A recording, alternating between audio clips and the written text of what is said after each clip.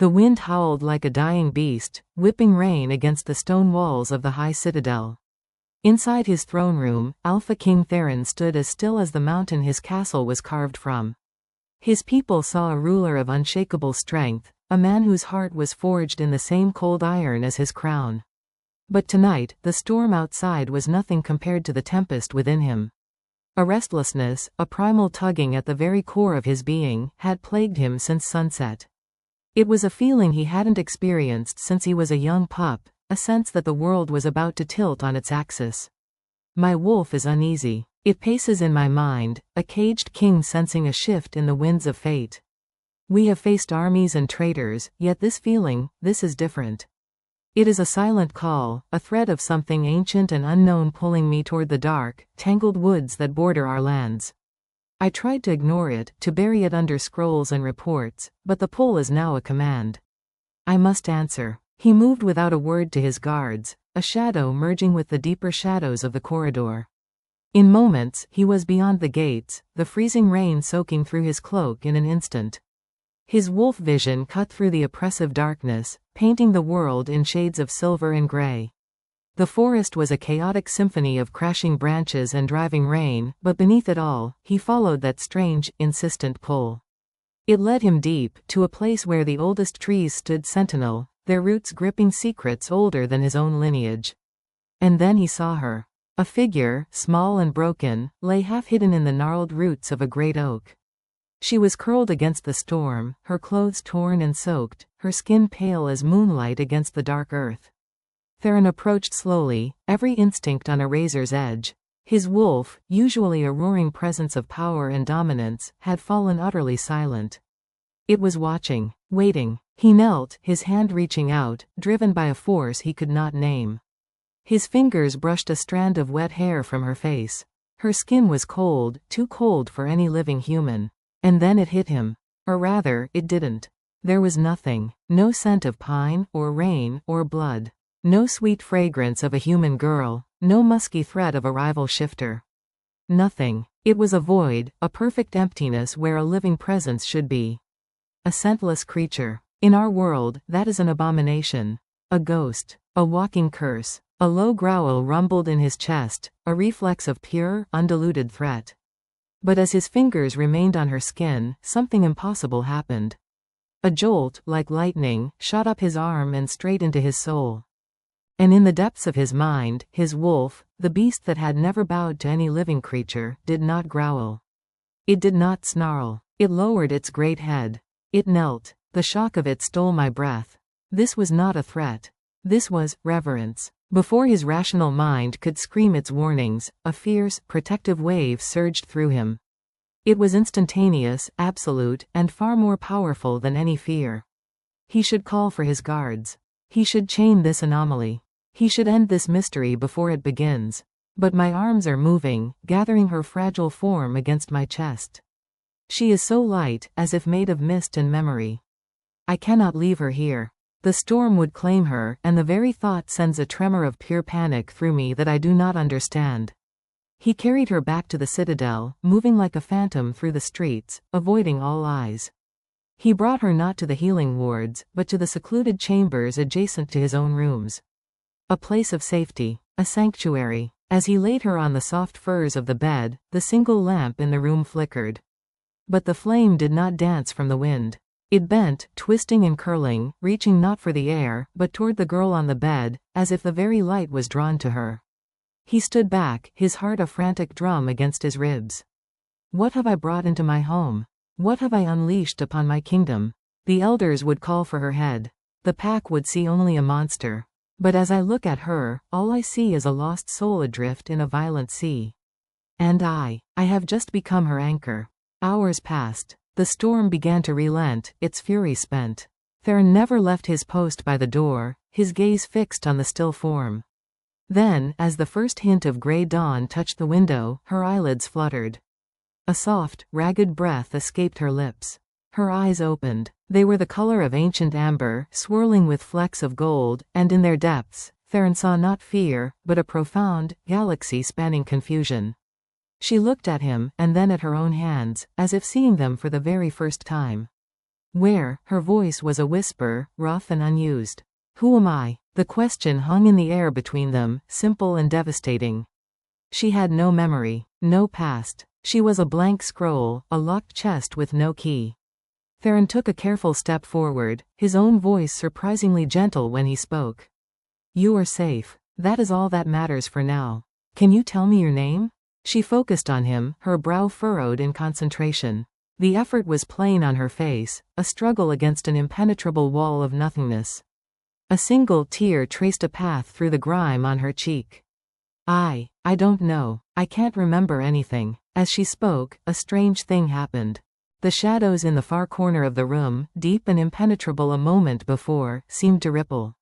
They coiled and shifted, not away from the growing dawn light, but toward her, gathering at the edge of the bed like loyal hounds. Theron's breath caught in his throat. He saw it clearly. The moonlight had bent for her. The shadows now obeyed her. This was no mere lost girl. Just then, a frantic knocking echoed from the main door of his chambers. My king, Theron. It was Lysander, his most trusted beta and oldest friend. His voice was strained, urgent. You must come at once. The oracle stone, it has awakened. It is glowing with a light we have never seen. The elders are gathering. They say it is a warning. They say the lost enigma has been found. Theron's eyes snapped back to the girl. The lost enigma. A legend, a bedtime story told to frighten young wolves. A being of primordial power, said to be the key to either salvation or absolute ruin. A creature that was never meant to walk this earth. The girl looked back at him, her golden eyes wide with innocent fear, completely unaware of the storm of destiny she had just unleashed. My world has just been irrevocably changed. The pack is terrified. The elders will demand action. And I stand here, a king who has never known doubt, torn between my duty and this inexplicable, undeniable pull toward a nameless, scentless girl who commands the shadows. Everyone will tell me she is the end of my kingdom. But as I look into her lost, golden eyes, a terrifying, thrilling thought ignites in my soul. What if she is not the end? What if she is the beginning of everything? The enemy is coming. I can feel it in my bones. And I, Alpha King Theron, will stand between her and the abyss. No matter the cost. The frantic knocking at my chamber door was a hammer against the fragile peace of this room. The girl, the enigma, flinched at the sound, her amber eyes widening, reflecting a fear that was pure and instinctual. She pulled the furs closer around herself, a small creature seeking to vanish into the bedding. The shadows at the edge of the room thickened in response, a silent, protective wall forming around her. Remain here, I said, my voice low, trying to project a calm I did not feel. You are safe within these walls. No one will enter without my command. She didn't speak, only nodded, her gaze locked on me as if I were the only solid thing in a world of shifting mist. That trust, so freely given by a being who remembered nothing, felt heavier than any crown. I turned and strode from the room, closing the door firmly behind me, the click of the lock echoing with finality. In my main chamber, Lysander was waiting, his usually composed face etched with a deep anxiety. His scent, normally of cedar and calm assurance, was sharp with adrenaline. Theron, thank the moon. Where have you been? The entire guard has been searching for you since the storm peaked. We feared an attack, an ambush. His words trailed off as his sharp beta's eyes scanned me, taking in my rain-soaked clothes, the mud on my boots, the lingering tension in my shoulders. You were outside the walls. Why? There was a disturbance at the border, I said, the lie tasting like ash on my tongue. I had never lied to Lysander before. I went to investigate. I moved past him, grabbing a dry cloak from a stand. Now, tell me of this oracle stone. Lysander's eyes narrowed slightly, but his loyalty overrode his suspicion. It began an hour ago. A low hum, a vibration that shook the very foundation of the elder's sanctum. Then, a light. Theron, it was not the soft silver glow of a moon-blessed prophecy. It was a violent, crimson pulse, like a bleeding star. The elders, they are in a panic. They are chanting the old texts, speaking of the lost enigma. They say its awakening heralds the unmaking of our world. The lost enigma. The words hung in the air between us, no longer a myth but a terrifying reality sleeping in the next room. I forced my expression to remain an impassive mask, the face of the Alpha King. The ravings of frightened old men. The stone has reacted to solar flares before. To earth tremors. This is different, Lysander insisted, his voice dropping to a hushed, urgent whisper. The runes that appeared on the stone's surface, they speak of a presence. A scentless one. A void in the world's tapestry. They say it is here, Theron. Inside our borders. My blood ran cold. It was one thing for me to harbor a secret, it was another for that secret to be prophesied on a sacred stone for all to see. The pack's fear would turn to fury in a heartbeat. I will speak with the elders, I said, my tone leaving no room for argument. Alone. You will secure this wing. No one, and I mean no one, is to approach my private chambers. Is that understood? Lysander straightened, his beta instincts kicking in. Understood, my king. But the question in his eyes remained, a silent plea for an explanation I could not give. The walk to the elder's sanctum was a march through a castle holding its breath. Servants bowed their heads too quickly, guards stood too rigidly. The news had spread, a silent poison seeping through the stone corridors. The air was thick with the scent of fear, a bitter tang that set my wolf on edge. The sanctum was a circular chamber deep within the heart of the citadel, lit only by the eerie, pulsating light of the oracle stone itself. The three elders, Orion, Cassian, and Valerius, stood around the massive, obsidian monolith. Their ancient faces were gaunt, their eyes wide with a terror I had never seen in them, even in the darkest days of war. Orion, the eldest, turned as I entered.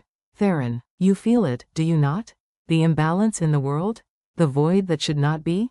I feel a great deal of alarm, I said, my voice echoing in the chamber. Alarm that is threatening to unravel the discipline of my pack. Explain this, spectacle. Cassian pointed a trembling finger at the stone. It is no spectacle, boy. Show respect. The stone speaks of the ancient lore. A being conceived not of nature, but of forgotten magic. A creature with no scent, no past, no soul tied to this earth. It is an abomination that disrupts the natural order. Valerius, ever the most pragmatic, stepped forward, his voice a low gravel. The texts are clear, Theron. The enigma is a focal point of catastrophic power. Where it walks, empires crumble. It does not mean to destroy, its very existence is destruction. It is a storm given form. We cannot harbor it. We must find it and neutralize the threat. The word, neutralize, was a cold blade against my throat. My wolf stirred for the first time since finding her, a low, warning growl that vibrated in the back of my skull. The instinct to protect was so visceral it stole my breath. Neutralize? I repeated, my voice dangerously quiet. You speak of executing a being based on ancient scrolls and a glowing rock. We do not know what she is. The moment the word, she, left my lips, the chamber fell into a dead silence. The three elders stared at me, their horror morphing into dawning comprehension. Orion's voice was a shattered whisper. You know, by the great moon, Theron, what have you done? I had revealed my hand, but I felt no regret. Only a fierce, defiant certainty. I have brought a lost, injured girl under my protection. She has no memory. She has no scent. But she is not a monster. She is frightened and alone. You fool. Cassian spat, his composure breaking. Her innocence is her most dangerous weapon. It blinds you to the truth. She is a poison, and you have brought her to the very heart of our kingdom. The oracle stone flared violently, its crimson light painting our faces in bloody hues. A new rune, jagged and sharp, burned its way onto the surface. Valerius paled, reading it aloud. The shadow of the past becomes the hunter of the present. The one who seeks her is already among us. A cold dread, deeper than any I had felt, coiled in my stomach. It was not just a warning about her. It was a warning about her enemy. And that enemy was close. What does that mean? I demanded. It means the forces that created her, or those that hunt her, have been alerted by her awakening, Orion said, his shoulders slumping in defeat. They are coming, Theron. And they are not coming from outside our walls. They are already here. My mind raced. A traitor? A spy? Someone in my court, in my pack, was connected to this ancient evil. The girl was not just a target, she was bait in a trap I had not even seen. I will deal with this, I said, my voice cutting through their panic. You will speak of this to no one. Contain your fear. I am your Alpha King, and I command it. The girl remains under my protection until I ascertain the true threat. I turned my back on their stunned faces and the bleeding light of the oracle stone. The weight of my crown had never felt so heavy, nor my duty so conflicted. I was walking a razor's edge between my kingdom and my conscience. Returning to my wing, I found Lysander standing guard, his posture tense. All is quiet, my king. I nodded, pausing before the door to my private chambers. Lysander, the trust between us has always been absolute. It has, Theron, he said, his gaze steady. That trust is about to be tested like never before. I unlocked the door and stepped inside. The room was dim, but the girl was sitting up in the bed, bathed in a sliver of moonlight that had broken through the clouds. She was staring at her own arm. And there, etched upon her skin like liquid silver, was a complex, swirling symbol that had not been there before. It glowed with a soft, internal light, a stark contrast to the violent crimson of the oracle stone. She looked up at me, her eyes filled with a terror that was no longer just about a lost memory, but about a changing body, a waking power she could not control. It appeared, she whispered, her voice trembling. It started to itch, and then, it glowed. What is happening to me? I crossed the room and knelt beside the bed, bringing my eyes level with hers. The action felt natural, inevitable. The Alpha King, kneeling before a lost girl. The world would see it as madness. I do not know what this is, I said, my voice low and earnest. But I promise you, I will find out. You are not alone in this. Her lower lip quivered. I don't even know what to call myself. I looked at the symbol on her arm, an intricate pattern of interlocking circles and crescent moons. It was beautiful and ancient. A name formed in my mind, as if placed there by the same force that had drawn me to her. Elara, I said softly. I will call you Elara. It means, light of the stars in the old tongue. A single tear escaped her eye, tracing a path down her cheek. But this time, a small, fragile smile touched her lips. Elara, she repeated, testing the name. It sounded right. It sounded like her. In that moment, as she smiled at the name I had given her, the shadows in the room softened, and the faint, silver symbol on her arm glowed a little brighter. She was a mystery wrapped in a threat, a storm contained in a fragile vessel. But she was also Elara. And for reasons I could not explain, even to myself, that meant more to me than any prophecy, any crown, any kingdom. The hunter was among us, lurking in the shadows of my own court. But as I looked at Elara, I made a silent vow. Let them come. They would have to go through their king first. The name, Elara, seemed to settle around her shoulders like a cloak she had always owned. For a long moment, she simply repeated it under her breath, a quiet anchor in the roiling sea of her unknown existence. Her amber eyes, still shimmering with unshed tears, held mine with a fragile trust that felt both terrifying and sacred. Elara, she said once more, her voice gaining a sliver of strength.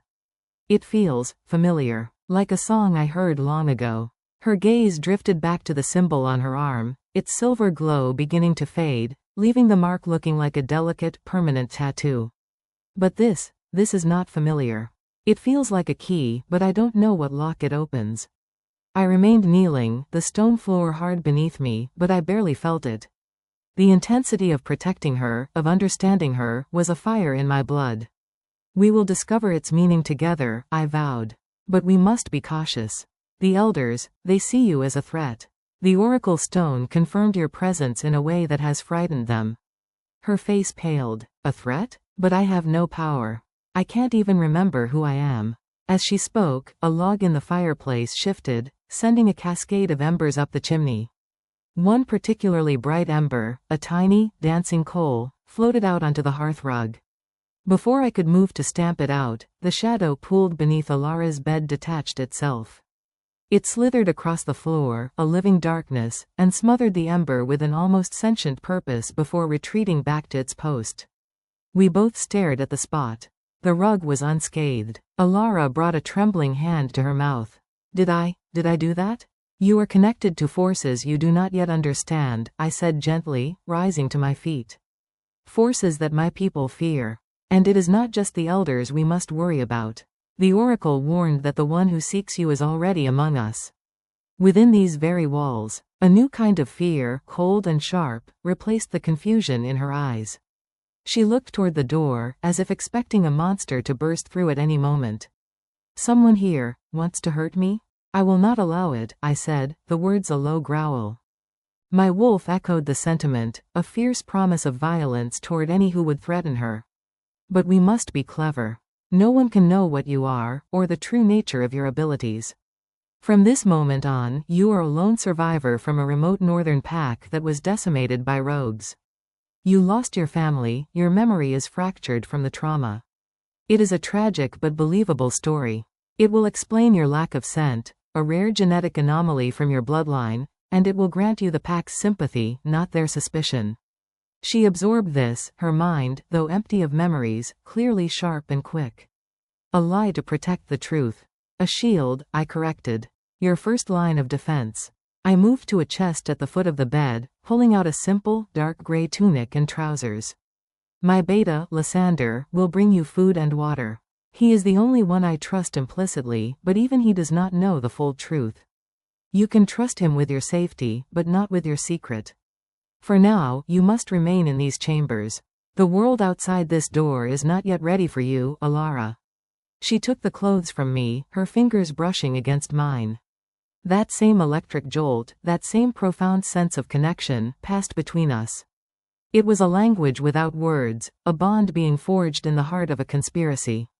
She did not pull away, and neither did I. I will play my part, she whispered, her resolve firming. And I will learn to control this. She gestured vaguely at the shadows, at the fading mark on her arm. I left her then, returning to my study.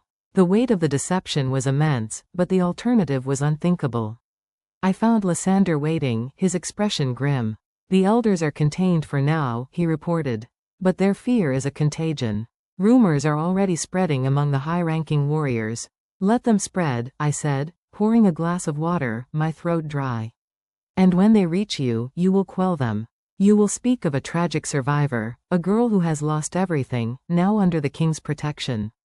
You will frame it as an act of royal mercy, not a harbinger of doom. Lysander studied me, his keen eyes missing nothing. And is that all she is, Theron? An act of mercy? I met his gaze, allowing a fraction of the conflict I felt to show. She is under my protection, Lysander. That is all you, or anyone else, needs to know. Your alpha has commanded it. He bowed his head, his loyalty winning out over his doubt. As you will, my king. Later, as dusk began to paint the sky in shades of violet, I stood on my balcony, looking out over my kingdom.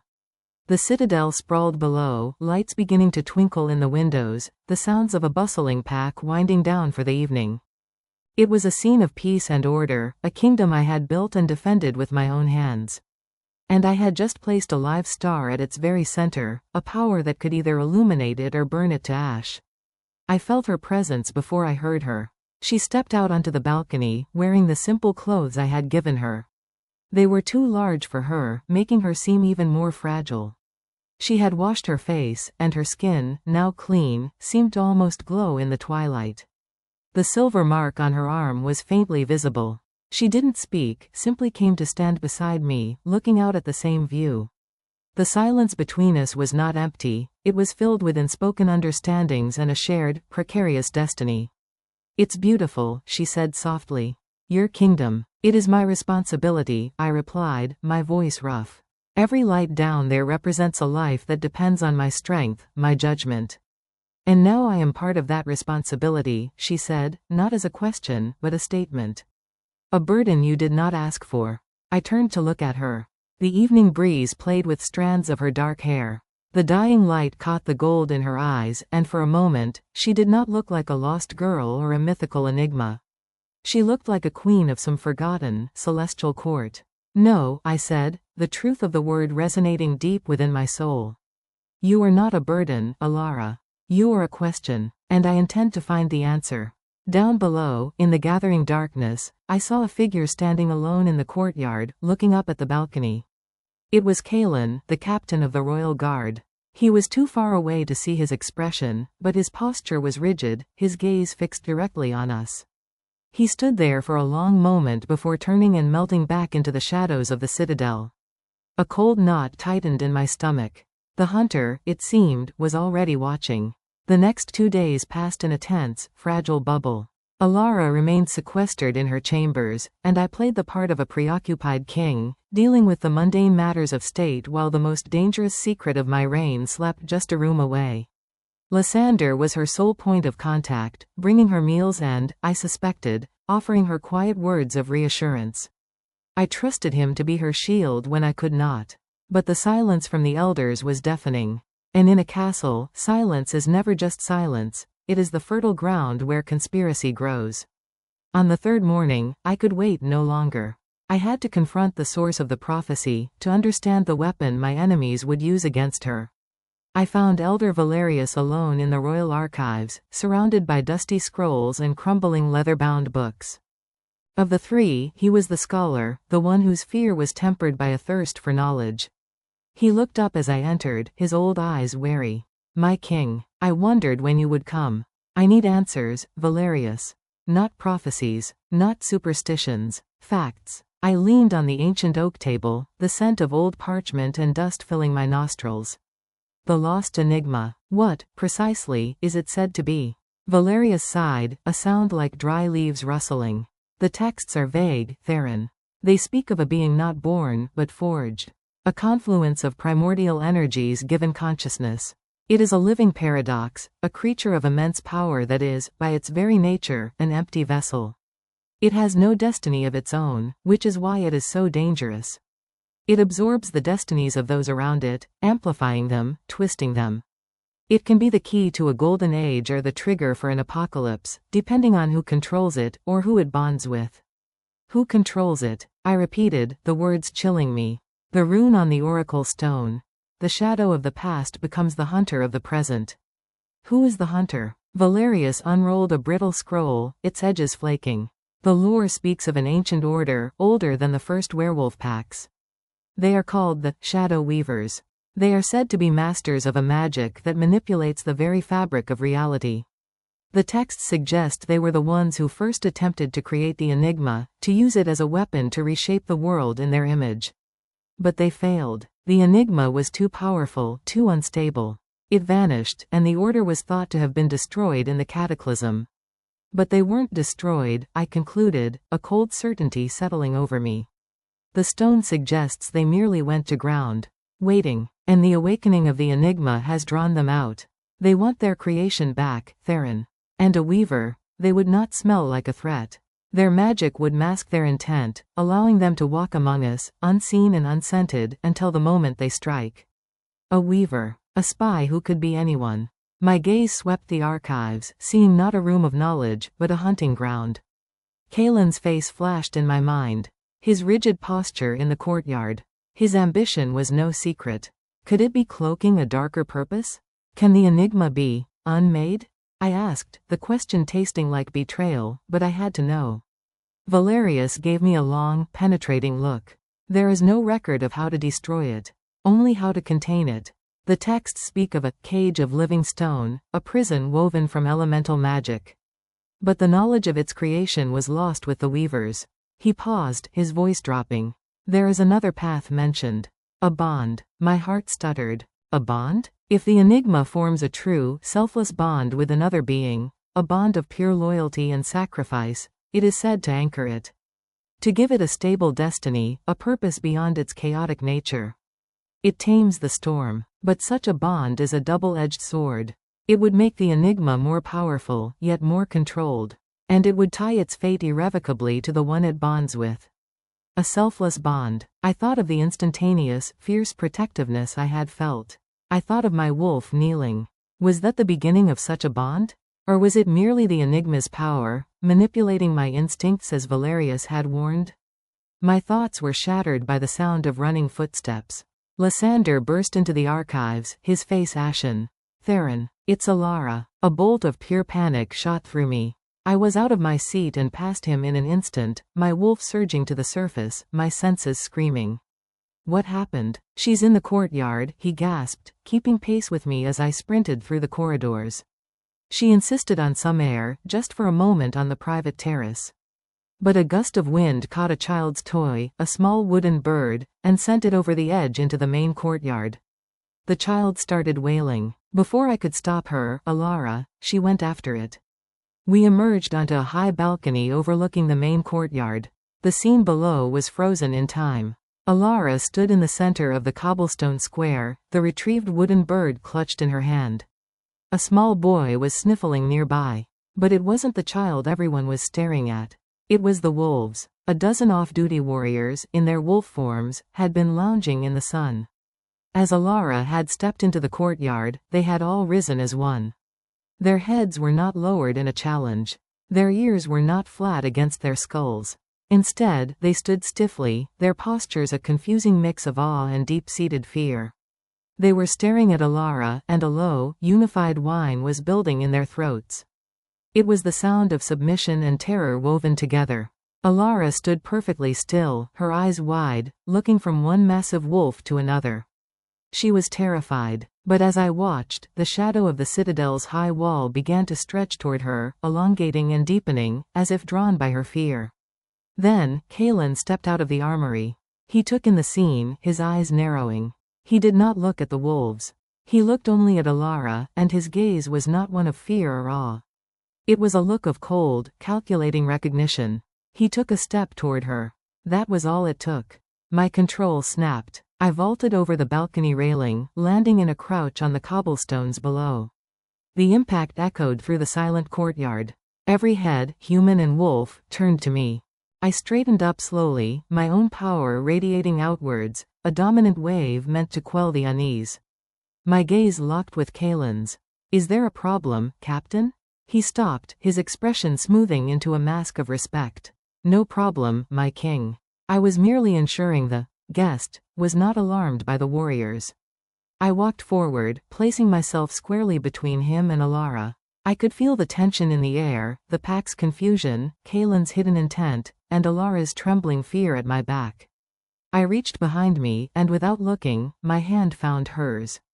Her fingers were ice cold, but they curled around mine, holding on as if I were the only solid thing in a world falling apart. "The guest is under my protection," I said, my voice carrying across the courtyard, meant for every ear. "Her name is Elara. She is a survivor, and she is now under the protection of this entire pack. You will show her the respect owed to any under my roof. Is that understood?" A murmur of, "Yes, Alpha," rippled through the crowd. But the fear in their eyes did not vanish.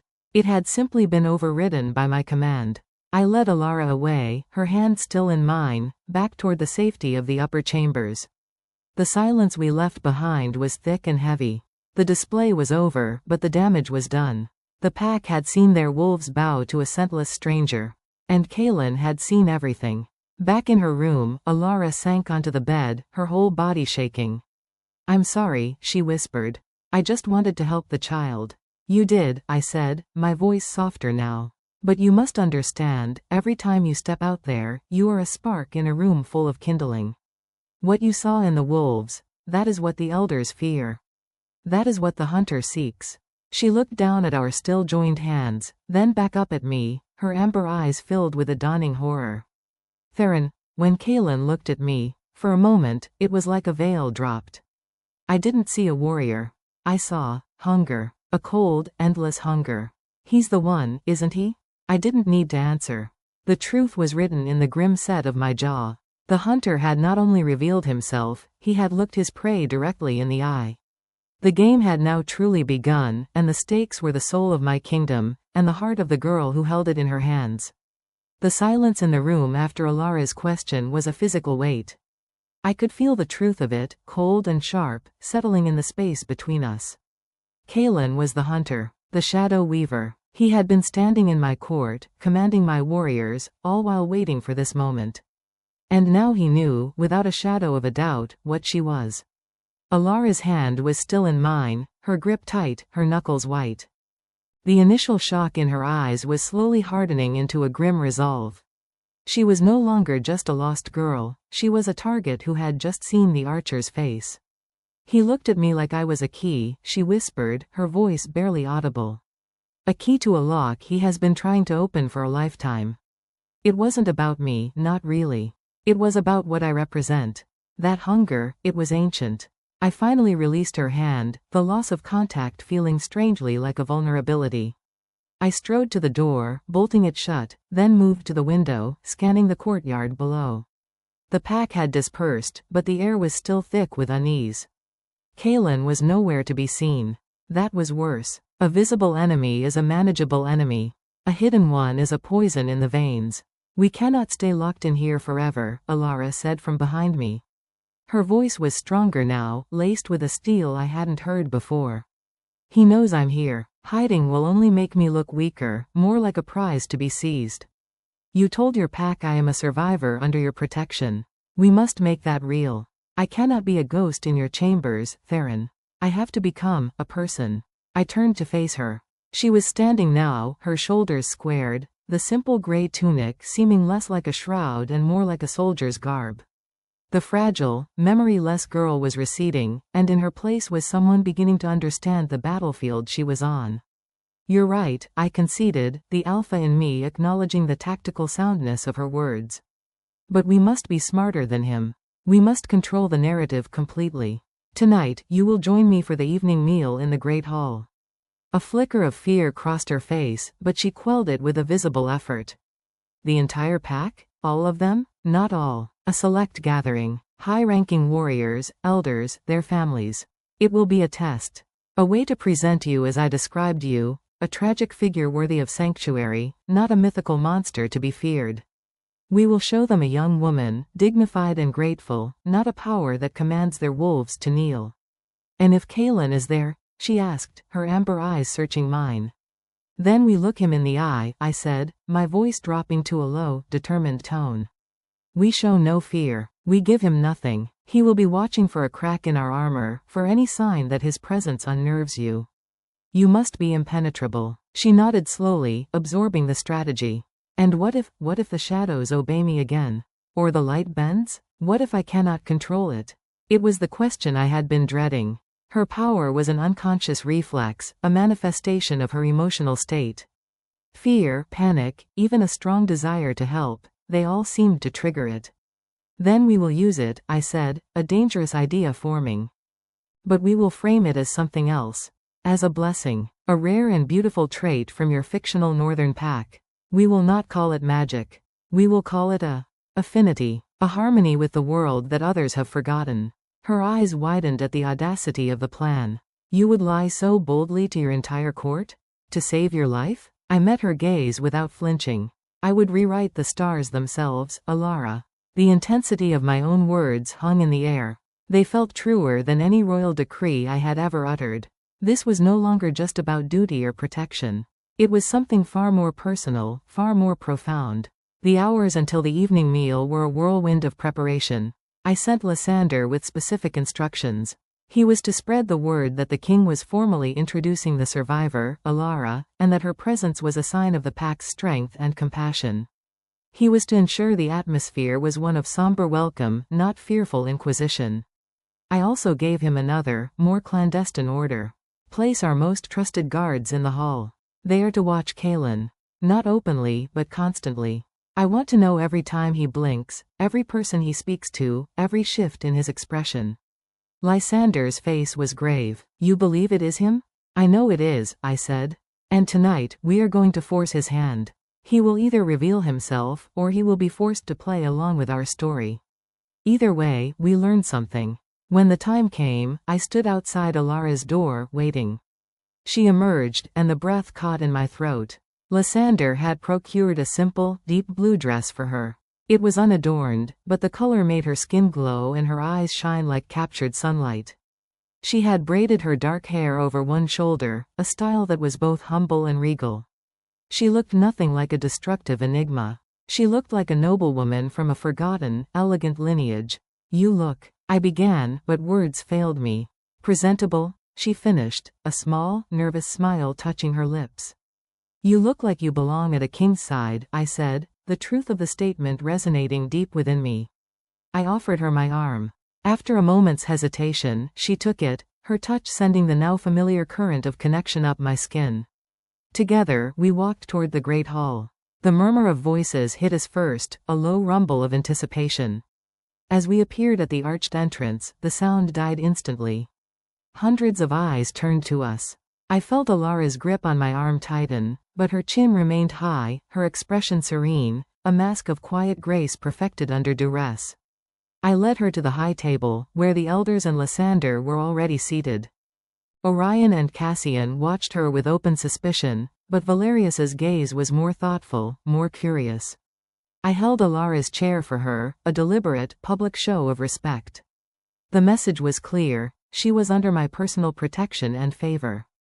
The meal began, the clatter of cutlery and the low hum of conversation slowly returning. I engaged the elders in talk of border patrols and grain stores, forcing an air of normalcy. But my entire focus was split between the woman beside me and the man I knew was watching. Kalen sat several tables away, surrounded by his warriors. He was playing his part perfectly, laughing at a joke, eating heartily, the model of a loyal captain. But his eyes, those cold, calculating eyes, kept flicking toward our table. I could feel his gaze like a physical pressure. Elara, to her immense credit, played her role flawlessly. She ate little, her movements graceful and subdued. When spoken to, she replied in a soft, clear voice, her answers crafted from the backstory we had created. She spoke of a remembered childhood in the snowy north, of a lost family, her voice trembling with a genuine-sounding grief that was, ironically, drawn from the very real grief of having no past at all.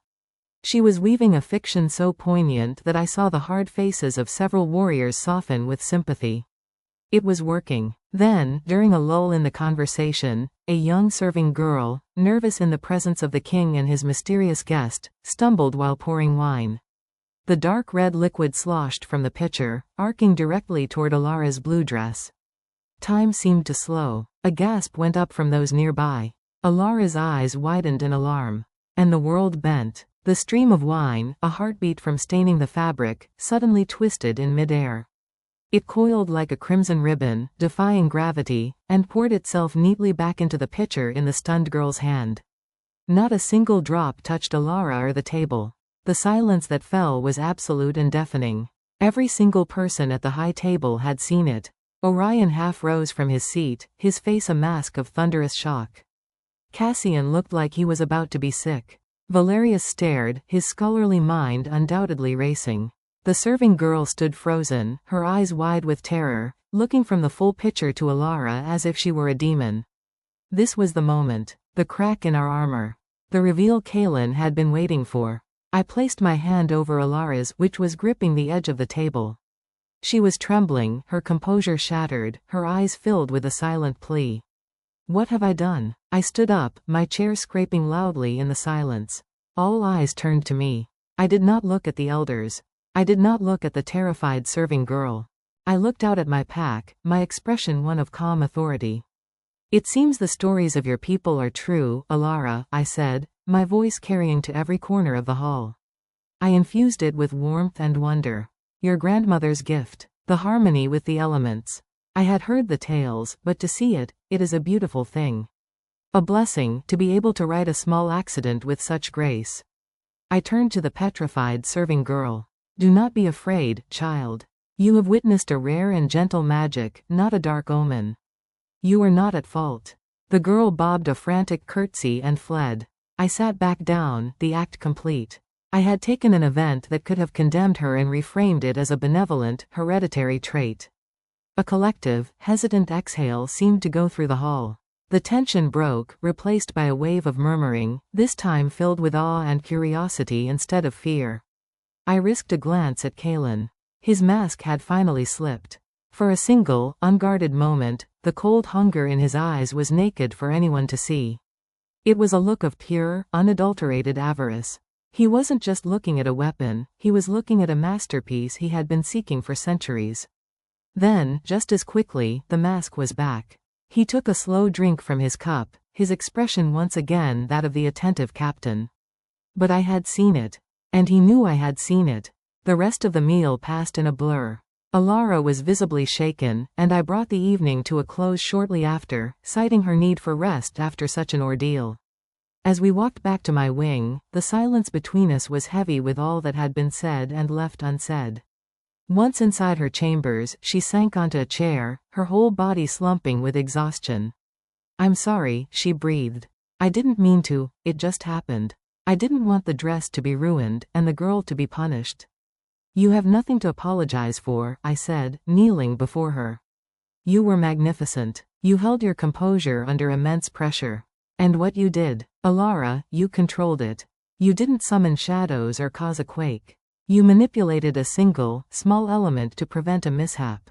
That is not the act of a destructive force. That is the act of someone with precision and care. She looked at me, hope warring with the fear in her eyes. Do you really think so? I know so, I said with conviction. And more importantly, we forced Kalen's hand. He showed his true face to me. The hunt is now in the open. He will have to move carefully, because he knows I am watching him. What happens now? She asked, her voice small. Now, I said, rising, we stop waiting for him to make a move. We go on the offensive. Valerius mentioned an ancient order, the Shadow Weavers. If Kalen is one, he will have traces of his past, his purpose, somewhere. A man like that keeps trophies. Records. We need to find his lair. How? A grim smile touched my lips. While the cat is watching the queen, the king will search his den. Tomorrow, I will send Kalen and the best of his warriors on a long-range patrol to the northern borders. A fabricated threat that requires the captain's personal attention. It will get him out of the citadel for at least 3 days. And while he is gone. Elara's eyes were wide. While he is gone, I finished, my voice dropping to a whisper, we will tear his quarters apart. We will find what he is, what he wants, and how to stop him. The game is changing, Elara. No more hiding in shadows. We are about to bring the light to the hunter himself. The fear in her eyes was finally replaced by a spark of fierce determination. The lost girl was gone. The ally, the partner in this dance of destiny, was stepping forward. And as I looked at her, I felt not the weight of a burden, but the solidity of a pact. Together, we would face the hunger in the hall, and we would extinguish it. The dawn after the feast felt like the first true morning of a war. The air was different, charged with a new and dangerous purpose. The fragile peace of the citadel was an illusion we could no longer afford to believe in. Kalen had shown his hand, and now it was our turn to play ours. I found Lysander in the strategy room at first light, hunched over a map of the northern territories. His face was grim, the lines around his eyes deeper than usual. He had seen the hunger in Kalen's gaze, too. It is done, he said without preamble. The scouts returned an hour ago with reports of rogue activity near the Silverfang Peaks. The story is convincing. A large, coordinated group, moving with unusual tactics. It will require a strong, experienced force to investigate. And Kalen? I asked, my voice low. He took the bait without hesitation, Lysander replied, a flicker of unease in his eyes. Almost too eagerly. He has already selected 24 of his most loyal warriors. They leave within the hour. Good. The word was cold and hard. His eagerness confirms his guilt. A loyal captain would question the intelligence, suggest sending a lieutenant first. But a man who wants to be away from the citadel, who wants an alibi for whatever he has planned, jumps at the chance. What do you believe he has planned, Theron? Lysander's question was heavy with dread. I don't know, but we will find out before he returns. I leaned over the map, my finger tracing a path to the northern peaks. Let him chase ghosts in the snow. We have real work to do here. An hour later, I stood with Elara on my private balcony, watching the patrol depart. Kalen rode at the front, a figure of imposing strength and authority.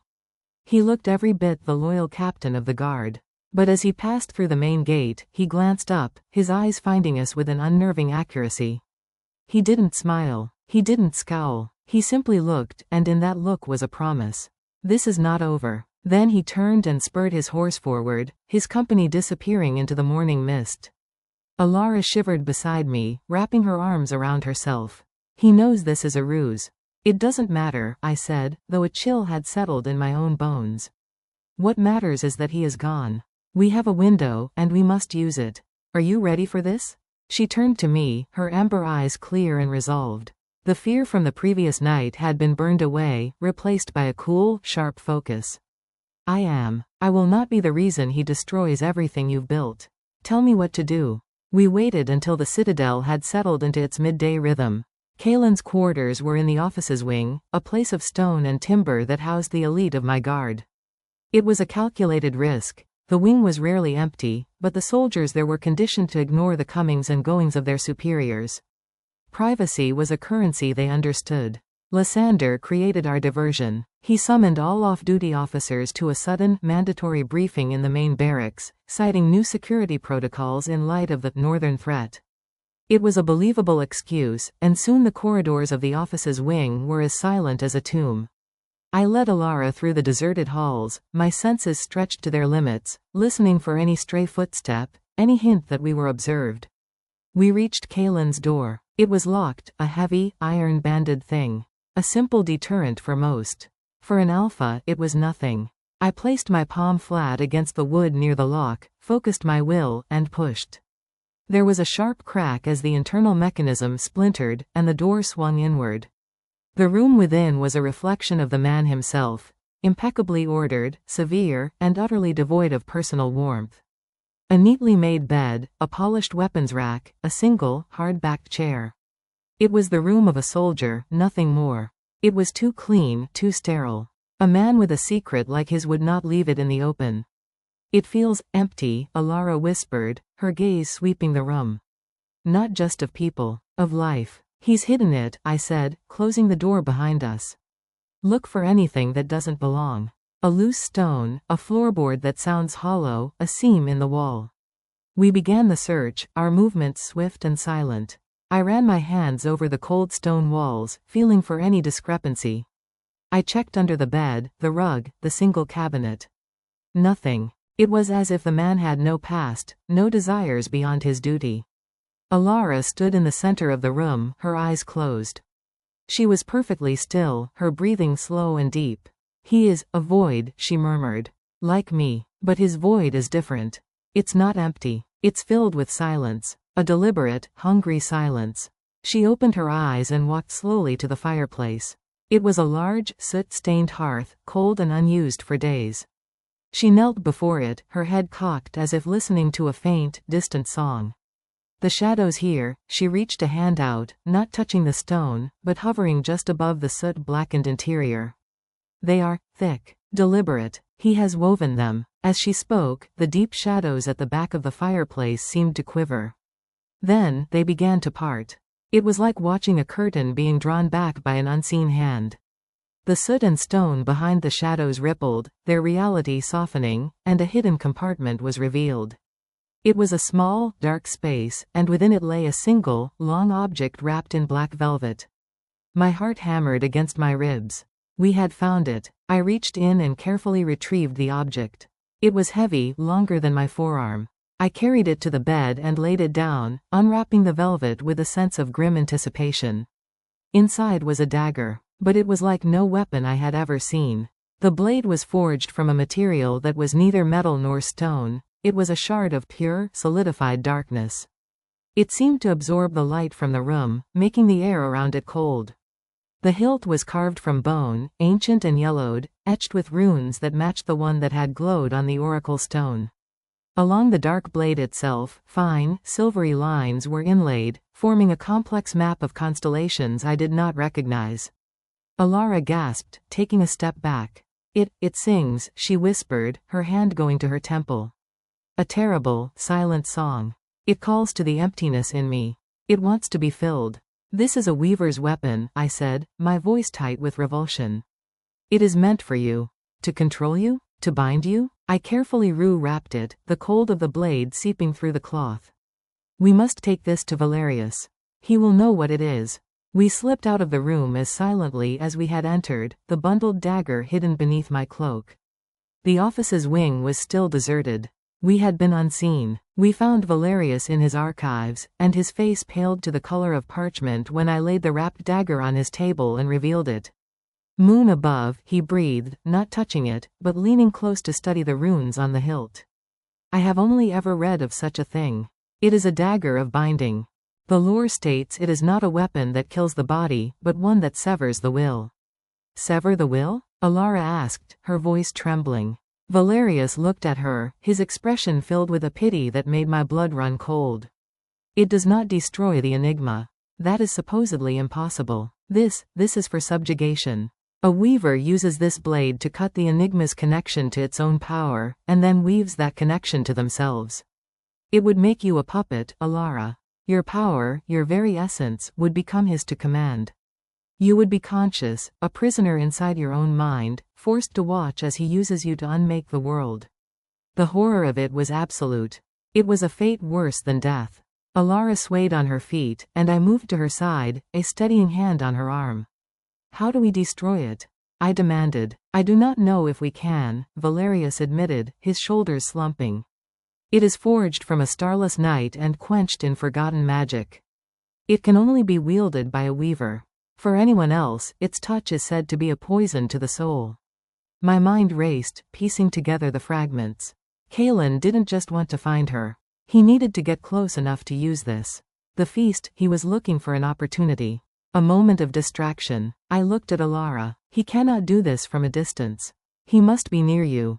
He must touch you with the blade. The realization opened a new, terrifying chasm of fear. Every moment Kalen was near her was a potential catastrophe. We have 3 days, I said, my voice hardening into a command. Valerius, you will study this dagger. Find a weakness, any flaw in its making. Elara, you must learn to shield yourself. Not just your powers, but your very presence. If this thing calls to you, you must find a way to silence its song. And what will you do, Theron? Valerius asked. I will prepare for his return, I said, the alpha's growl creeping back into my voice. He left to chase a phantom threat. He will return to find a very real one waiting for him. The king is no longer just protecting a guest. He is declaring war on a traitor. I left them there, the scholar and the enigma, with the weapon of their potential destruction lying between them. As I walked back to my chambers, the weight of the dagger felt like it was still in my hands, a cold promise of the battle to come. Kalen thought he was the hunter returning to claim his prize. He was wrong. He had entered the lion's den, and he was about to learn that the lion had been waiting for him all along. The game had changed indeed. It was no longer about hiding or deception. It was about confrontation. And when Kalen rode back through those gates, he would find that his prey had sharpened her claws, and her king was ready to unleash the full force of his wrath. The shadow of the past had become the hunter of the present. But the present had an alpha king, and I would show him what it meant to hunt in my territory. The 3 days of Kalen's absence were a study in controlled frenzy. The citadel, to any outside observer, functioned with its usual martial rhythm. But beneath the surface, in the sealed archives and the king's private wing, a silent, desperate war of knowledge and will was being waged. For Elara, the dagger of binding was a constant, dissonant hum at the edge of her consciousness. It was a soundless scream that grated on her nerves, a pull that felt like a hook lodged deep in her soul. Valerius had placed the weapon inside a lead-lined chest, wrapped in silk inscribed with silencing runes, but it was not enough. She could still feel it, a cold, malevolent star singing its silent song just for her. You must build a wall in your mind, I told her, standing with her in the center of her chambers. The room was bright, the curtains drawn back to let in the full, cleansing light of the sun. Not of stone, but of will. Your power responds to your emotions. You must learn to control them, to channel them. Fear, panic, even wonder, they make you reactive. You must become proactive. You must command the power, not be commanded by it. She stood before me, her eyes closed, her brow furrowed in intense concentration. A single, small shadow, cast by a vase on the windowsill, lay pooled on the floor between us. I can feel it, she whispered. The shadow. It's like a part of my own body that I never knew I had. But when I try to move it, it's like trying to move a mountain with a thought. The mountain does not move because you push it, I said, circling her slowly.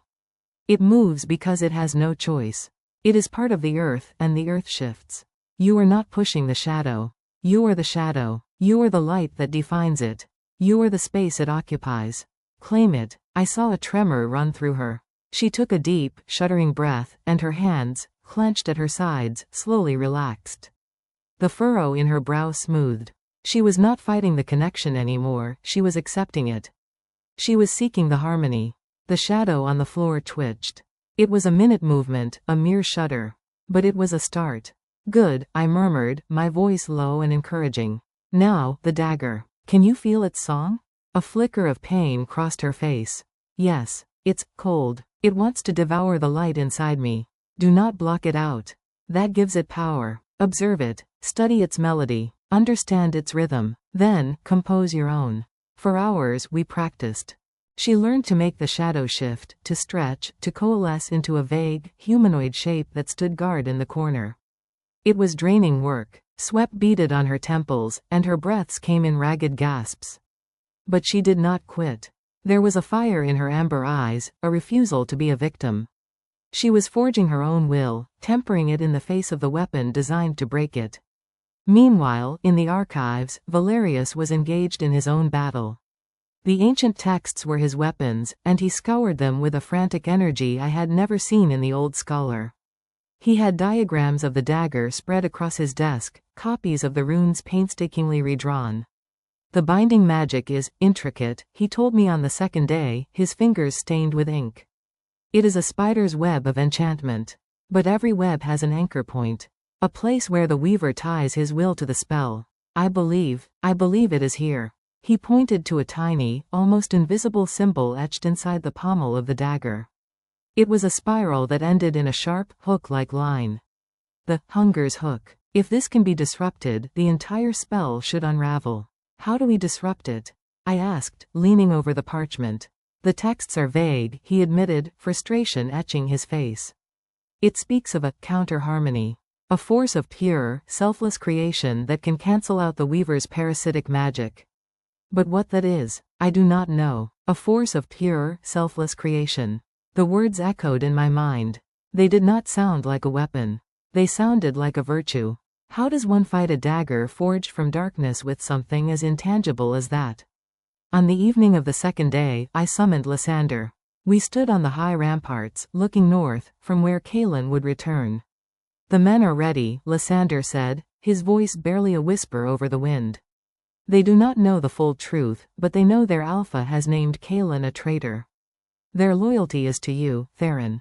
It is absolute. I do not wish for a bloodbath among my own guards, I said, my gaze fixed on the darkening horizon. But if he raises that dagger against Elara, there will be no quarter. He and his inner circle must be isolated and captured the moment he returns. Use wolfsbane-laced nets. I want him alive, if possible. He has answers we need. It will be done, Lysander vowed. He hesitated. And Elara? Is she ready? I thought of her exhausted but determined face, of the shadow that now obeyed her whispered commands. She is ready to defend herself. But I will not let it come to that. The fight will not reach her. The third day dawned, gray and heavy with unshed rain. The air was thick with portent. Elara's control had improved dramatically. She could now summon a shield of woven darkness that could stop a thrown dagger, and she could bend the light around her to become a shimmering, semi-invisible blur. She was learning the language of her own existence, and she was a quick study. It was in the late afternoon that the sentry's horn blew, a long, clear note that signaled the return of the patrol. The time had come. I took my place on the throne in the Great Hall. It was a deliberate power play. I would receive the captain of the guard not as a returning hero, but as a king hearing a report from a subject.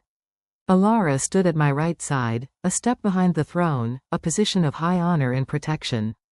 She was dressed in a gown of deep silver, the color of moonlight on a still lake. She was calm, her hands folded in front of her, her expression serene. Only I could see the faint, pulsing energy in the air around her, the subtle readying of her powers. Lysander and a hand-picked group of my most loyal warriors were positioned around the hall, looking for all the world like a royal honor guard. Their weapons were sheathed, but their hands rested lightly on their hilts. The great doors swung open. Kalin strode in, his boots echoing on the stone floor. He was still in his travel-stained armor, his cloak dusty from the road. His men filed in behind him, fanning out, their presence making the large hall feel suddenly small and crowded. Kalin's eyes swept the room, taking in the formal reception, the armed guards, my position on the throne, and Elara standing beside me. A slow, cold smile touched his lips. He knew. He had always known this was a trap. And he had walked into it willingly. He stopped before the dais and gave a shallow, perfunctory bow. My king, I have returned from the northern peaks. The rogue threat was elusive. We found traces, but no substantial force. It seems the reports were exaggerated. His voice was smooth, devoid of any respect. Or perhaps the threat was cleverer than you anticipated, Captain, I said, my voice echoing in the silent hall. Did you find anything of interest on your journey? His eyes flickered to Elara, the hunger in them barely veiled. I found that some treasures are worth any journey, my king. No matter how long the hunt. The challenge was laid bare. The air crackled with tension. I could feel the confusion and unease rippling through his warriors. They sensed the confrontation but did not understand its nature. Is that so? I leaned forward, my elbows on my knees, my gaze pinning him. And what exactly is it that you hunt, Kalin? He did not flinch. Power, your majesty. The power to restore this kingdom to its true potential. The power that sleeps beside you, waiting for a worthy hand to guide it. A gasp went through the hall. He had said it aloud. He had declared his treason. You speak of treason, I said, my voice dropping to a deadly quiet. I speak of evolution, he shot back, his voice rising, losing its smooth veneer. You cling to an old world, Theron. A world of simple strength and pack law. But there are older laws, older powers. The enigma is the key to a new dawn, and I will not see it wasted on a king who coddles it like a frightened pup. He moved faster than I would have thought possible. His hand went to his belt, and in a flash of motion, he drew not his sword, but the dagger of binding. It must have been hidden on his person the entire time.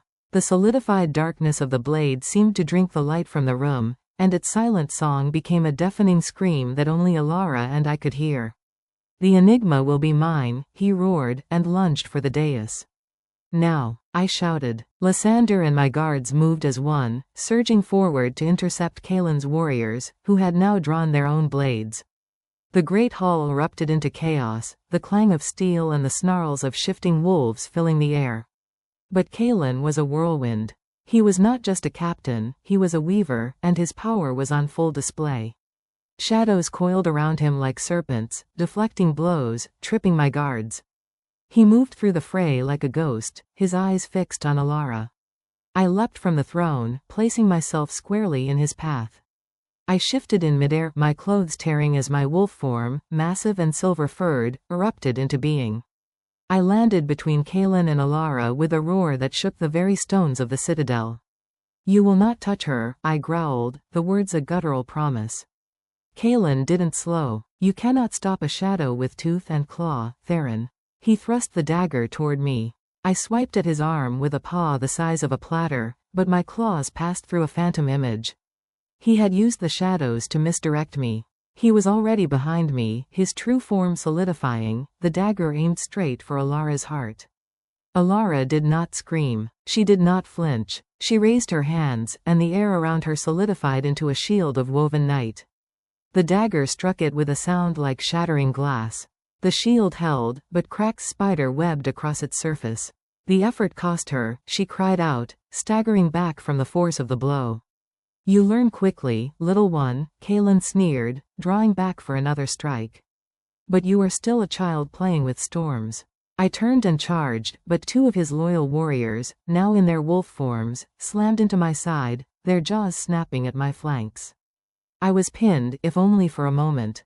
Kalin raised the dagger high. Now, you are mine. As the dagger descended, Elara's eyes met mine. In that split second, I saw not fear, but a profound, heartbreaking resolve. She would not let him use her against me. She would burn out her own power before she let him take it. No, the denial was a fire in my blood. But then, something shifted.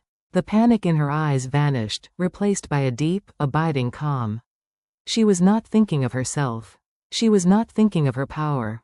She was thinking of me. Of my kingdom. Of the lives being lost in the hall. Her desire was not to fight, not to destroy, but to protect. To create a sanctuary of safety. A force of pure, selfless creation. Her hands came up again, not in a defensive posture, but in a gesture of offering. And from her palms erupted not darkness, but light. A soft, gentle, silver light that was the absolute opposite of the dagger's consuming void. It was the light of 1,000 peaceful moons, the light of a quiet dawn after a long night. The light did not strike Kalin. It washed over the dagger of binding. And the dagger sang. It was no longer a silent, hungry song. It was a screech of agony, a dissonant wail as the pure, creative energy met the parasitic magic. The silvery lines on the blade flared like captured lightning. The tiny, hunger's hook, rune inside the pommel glowed red hot, then shattered with a tiny, crystalline ping. The solidified darkness of the blade cracked. A web of fine lines spread across its surface, and then, with a sound like a sigh, the dagger dissolved into a shower of black, glittering dust that vanished before it hit the floor. Kalen stared at his empty hand, his face a mask of utter, horrified disbelief. His weapon, his key to ultimate power, was gone. Destroyed not by a greater force of destruction, but by an act of selfless protection. "No," he whispered, his voice broken. "It's not possible." The fight went out of him. The shadows around him dissipated. His warriors, seeing their leader defeated, slowly lowered their weapons, surrendering to my guards. I shifted back to my human form, my chest heaving. I ignored Kalen, my eyes only for Elara. The silver light faded from her hands, and she swayed, utterly spent. I caught her before she could fall, pulling her into my arms. She was ice cold, her energy completely drained. "You did it," I whispered into her hair, my voice thick with an emotion I could not name. "You saved us all." She looked up at me, her amber eyes dim but clear. "You were my anchor," she breathed. "You were the reason." Lysander and the guards had secured Kalen and his conspirators in chains. The great hall was a wreck, but the battle was over. We had won. I looked down at the woman in my arms, this mysterious, powerful, and infinitely brave being who had chosen to protect my world at the cost of her own strength. Valerius's words came back to me. A bond of pure loyalty and sacrifice, it anchors it. As I held her, I knew with a certainty that went deeper than bone, deeper than soul, that the bond was no longer a possibility. It was a fact, as real and unbreakable as the mountains surrounding my kingdom. The enigma had been anchored. Not by a cage of living stone, but by a king's vow and a woman's courageous heart. The storm had been weathered. The hunter had been defeated. But as I looked into Elara's exhausted eyes, I knew our journey was far from over. We had won the battle, but the war for her past, for her identity, was just beginning. And now, we would face it together. The silence that settled over the great hall in the wake of the shattered dagger was more profound than any noise that had preceded it. It was a heavy, stunned quiet, broken only by the ragged breaths of the wounded and the sharp clink of chains as Kalen and his traitors were secured. The air still thrummed with the echoes of violence and the fading resonance of a power that was neither wolf nor weaver, but something entirely its own. Elara was a slight, cold weight in my arms. Her head rested against my chest, her breathing shallow. The tremendous surge of power, the channeling of that pure, silver light, had drained her completely. She felt fragile, like a bird with hollow bones, and the protective fury that rose in me was so potent it was a taste of metal on my tongue. "Clear the hall," I commanded, my voice cutting through the dazed stillness.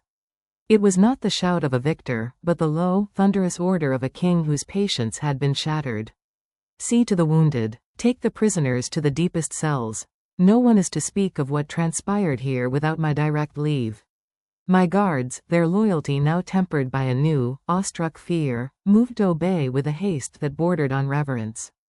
Their eyes flickered not to me, but to the woman I held, their expressions a mixture of terror and gratitude.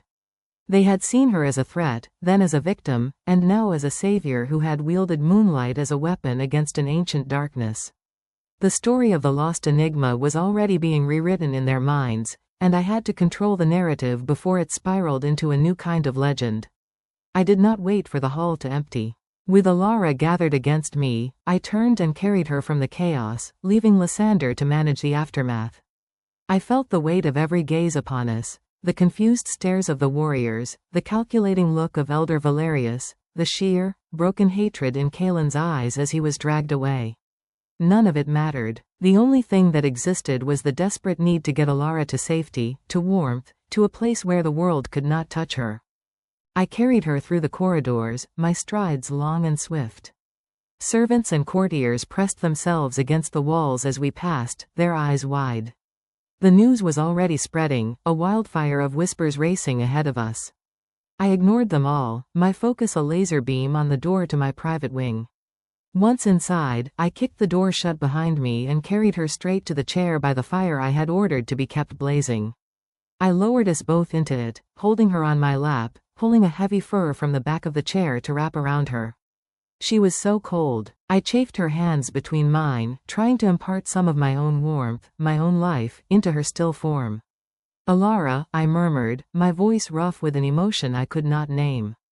"Can you hear me? You need to stay awake." Her eyelids fluttered. The amber of her eyes was dim, the gold flecks muted. "Theron," she whispered, the word a faint exhalation.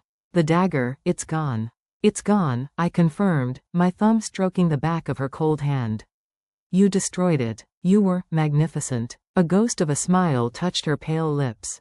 "I just didn't want him to hurt anyone else. I didn't want him to hurt you." The simplicity of her words, the selflessness behind them, struck me with the force of a physical blow. In that moment, she had not been thinking of her own safety, her own power, or her own mysterious past. She had been thinking of us. Of my pack. Of me. Valerius's theory echoed in my mind, a bond of pure loyalty and sacrifice. She had offered the ultimate counter to the Weaver's parasitic magic, not a greater force, but a purer heart. "He will never hurt anyone again," I vowed, the promise etched into my very soul. "I swear it to you." She gave a slow, weary nod and let her head rest against my shoulder, her eyes closing. I held her like that for a long time, listening to the crackle of the fire and the gradual strengthening of her breath. The world outside this room was in turmoil, but here, for this single, stolen moment, there was only peace. The storm within her had been stilled, and in its place was a quiet so profound it felt sacred. It was Lysander who eventually broke the silence, his knock soft and hesitant on the door. "Enter," I said, my voice low so as not to disturb Elara, though I did not release my hold on her. Lysander stepped inside, his face grim and smudged with soot and blood. His eyes took in the scene, the king holding the unconscious enigma before the fire, and something in his stern expression softened. "The hall is secure, Theron. The wounded are being tended to. We lost 3 good warriors. Kalen and 12 of his most loyal are in the black cells. The rest of his company surrendered. They seem to have been unaware of the full extent of his treachery." "And the elders?" I asked, my gaze still fixed on Elara's face. "Terrified," Lysander said bluntly. "But also, reconsidering. Valerius is beside himself. He's calling it a theoretical marvel. He says the application of creative energy to disrupt a parasitic enchantment was, well, he used a lot of words I didn't understand. But the point is, they saw what she did. They saw her protect us. It's harder to call for the head of someone who just saved your own." "The pack will be divided," I said, the political realities settling like a cold mantle around my shoulders. "Fear is a potent poison, and old superstitions die hard. Let them be divided," Lysander said, a new, fierce loyalty in his tone. I stood there, Theron. I felt that dagger's hunger. It was a cancer. She burned it out with starlight. Any wolf who cannot see the difference between that and a threat is a fool. "The warriors who fought beside us today will follow you. And they will follow her." His conviction was a solid rock in the shifting sands of the aftermath. I nodded, gratitude for my beta's steadfastness warming some of the cold dread in my chest. "Keep a close watch on the prisoners, especially Kalen. He may be disarmed, but he is not harmless. I will deal with him myself when the time is right." "Understood." Lysander bowed and withdrew, leaving us alone once more. As the evening deepened, Elara began to stir. The color was slowly returning to her cheeks, and the deathly cold was receding from her skin. She shifted in my arms, her eyes opening fully. They were clear again, the amber bright and aware, though shadowed with exhaustion. "How long was I asleep?" she asked, her voice still soft but stronger. "A few hours," I said, reluctantly loosening my hold so she could sit up. "How do you feel?" "Tired," she admitted, running a hand through her disheveled hair. "But clear. The dagger's song is gone. The silence in my head is my own again." She looked around, taking in the room, the fire, the fact that she was curled up on the Alpha King's lap. A faint blush tinged her cheeks. You stayed. Where else would I be?" The question was simple, the answer, for me, an absolute truth. Her blush deepened, and she looked down at her hands. There is a kingdom outside this door that needs its king. The kingdom has a capable beta, I replied. And its king needed to be right here. Our eyes met, and the air between us grew thick with unspoken things. The battle had stripped away pretense. The carefully constructed story of the northern survivor was in ashes. She was the enigma, and I was the king who had chosen her side against his own captain, his own elders, against a prophecy of ruin. We had passed a point of no return, and the landscape of our relationship had been forever altered. What happens now? She asked, giving voice to the question that hung between us. Now, I said, helping her to her feet and steering her gently toward the table where a tray of broth and bread had been left, you eat. You regain your strength. Then, we face the consequences of our victory. She ate slowly, her movements still weary. I sat across from her, watching her, my mind already racing ahead, planning, calculating. Kaelin had to be interrogated. The pack's morale had to be stabilized. The elders had to be brought to heel. But one thing was certain. Elara was no longer a secret to be hidden. She was a power to be acknowledged, an ally to be integrated. And she was Elara. The woman who had looked at a weapon of absolute subjugation and answered it with an act of pure protection. Once she had finished eating, a new determination settled on her features. I want to see him, she said, her voice firm. I knew immediately who she meant. Kaelin? No. It is too dangerous. Is it? She met my gaze, her eyes now blazing with that inner fire I had seen in the hall. His weapon is destroyed. He is in chains. And he has answers, Theron. Answers about what I am. Where I came from. Who created me. You said we would face this together. My past is part of that. I will not hide from it any longer. She was right. Of course, she was right. The hunt for her past was the next great battle, and Kaelin was our only lead. But the thought of taking her into that darkness, of exposing her to the man who had hungered for her essence, made my wolf snarl in protest. He will try to manipulate you, I warned. He will use your lack of memory against you. Then you will be there to ensure he does not, she said simply, as if my presence was all the shield she would ever need. But I must look him in the eye. I must hear his story from his own lips. I am done being a passive prize in a war one didn't start. My amnesia may have stolen my past, but it does not get to dictate my future.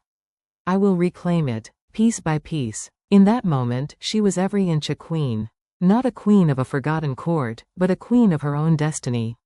The lost girl was truly gone, burned away in the crucible of conflict. What remained was a woman of formidable will and courage. I could not deny her. It was not the Alpha King who answered, but the man who had pledged himself to her cause. Very well, I said, rising from my chair. We go together. But we do this my way. The dungeons beneath the citadel were a world away from the halls of power above. Hewn from the living rock of the mountain, they were cold, damp, and silent save for the steady drip of water and the scuttling of unseen things. The air was thick with the scent of mildew and despair. The black cells were the deepest and most secure, reserved for the most dangerous of traitors. Kaelin was in the centermost cell, his wrists and ankles bound in thick, silver-laced manacles that were chained to the wall. The silver would not burn him as it would a true rogue, but it would suppress his strength, making it impossible to shift or access the deeper wells of his weaver power. He sat on the bare stone floor, his head bowed, but he looked up as we approached. In the flickering torchlight, his face was a mask of defeated arrogance. Come to gloat, my king? He rasped, his voice dry as dust. Or has your pet come to finish the job? I ignored the taunt, standing just outside the cell bars, a silent, imposing presence. This was Elara's interrogation. I was here as her anchor, her shield. Elara stepped forward, her silver gown a splash of ethereal light in the grim darkness. She showed no fear, only a calm, relentless curiosity. I have not come to gloat, Kaelin. I have come for the truth. He let out a harsh, broken laugh. The truth? What truth? That you were a mistake? A failed experiment that should have been dismantled centuries ago? Whose experiment? She asked, her voice steady, though I could see the tension in her shoulders. The Shadow Weavers? You are one of them, aren't you? His eyes glittered with a fanatical light. I am a descendant of the last true masters of this world. We who could weave reality itself, who understood that power was the only true currency of the universe. We sought to create the ultimate tool, a being that could channel the raw energy of creation. He spat the word at her. You were to be our magnum opus. A key to unlock the doors of eternity. But I escaped, Elara stated, piecing it together. You were unstable. A flaw in the crafting, he snarled, rattling his chains. The first and only successful enigma, and you shattered your bonds and vanished in a burst of chaotic energy that destroyed our sanctum, killed our elders. You were a weapon that turned on its smiths. For generations, my family has hunted you. We have waited, preserving the knowledge, the rituals. I was to be the one to restore our order to glory. I found you. I was so close. And you would have used the dagger to bind my will to yours, Elara said, her voice cold. To make me a slave. To make you perfect, he insisted, his eyes wild. To give you the purpose you so clearly lack. You wander this world like a ghost, a blank page. I would have written a glorious destiny upon you. A destiny of destruction and subjugation, I growled from the shadows, unable to stay silent. Kaelin's gaze flickered to me, full of contempt. You see only a small, petty kingdom, Theron. I saw an empire, a new world order, shaped by our will. She was the means to that end. Elara took another step closer to the bars, her expression one of pity rather than hatred. You are wrong, Kaelin. I am not a blank page. I am a story that is still being written. And you and your order are not the authors. My destiny is my own. You failed. His arrogance finally crumbled. The fanatical light in his eyes guttered out, leaving only the hollow shell of a man who had sacrificed everything for a dream that had turned to dust in his hands. He slumped against the wall, the chains clinking dully. We failed, he whispered, the admission sounding like a death rattle. The last weaver, defeated by compassion. He said the word as if it were the most vile curse he knew. Elara stood there for a moment longer, looking at the broken man in the cell. She had come seeking answers, and she had found them, a story of ambition, failure, and a hunt spanning generations. It was a dark and bloody history, but it was a piece of her puzzle. She turned away from him and walked back to my side. She did not look triumphant. She looked resolved. I have heard enough, she said quietly. As we turned to leave the dungeons, Kaelin's voice, now little more than a whisper, followed us. He will not be the only one, you know. The dagger's destruction, it will have sent a ripple through the world. Others will have felt it. Others who remember the old stories. The hunt for the lost enigma is not over. It has only just begun. His words were a final, chilling prophecy, hanging in the dank air as we ascended the stairs, leaving the darkness below for the uncertain future above. The first hunter was captured, but he was right. He would not be the last. Back in the light of the upper levels, Elara paused, drawing a deep, cleansing breath. The horror of Kaelin's story was etched on her face, but it was overshadowed by a new sense of purpose. I was created, she said, her voice steady.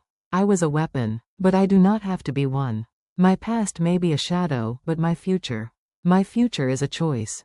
And I choose this. She gestured to the citadel around us, to the pack going about its life, and finally, her gaze settled on me. I choose to protect this. I choose to stay. In that moment, standing in the corridor with the weight of a dark history behind her and the threat of future hunters ahead, I felt the bond between us solidify into something unbreakable. It was not the frantic pull of destiny or the fierce heat of protection.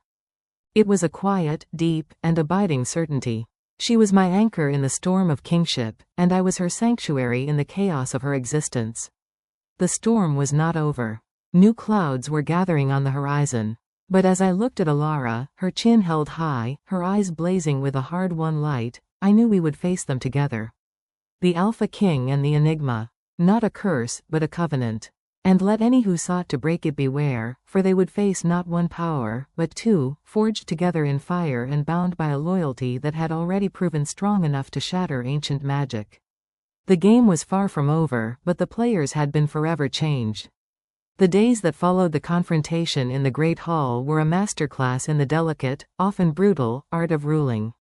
A king's power is not merely in his strength, but in his ability to control the story his people tell themselves. And our story had fractured into a dozen conflicting narratives. To some, Elara was a savior, the silver-lit warrior who had banished a darkness they could not even comprehend. To others, she remained an abomination, a scentless void whose very existence had corrupted their captain and plunged the pack into bloodshed.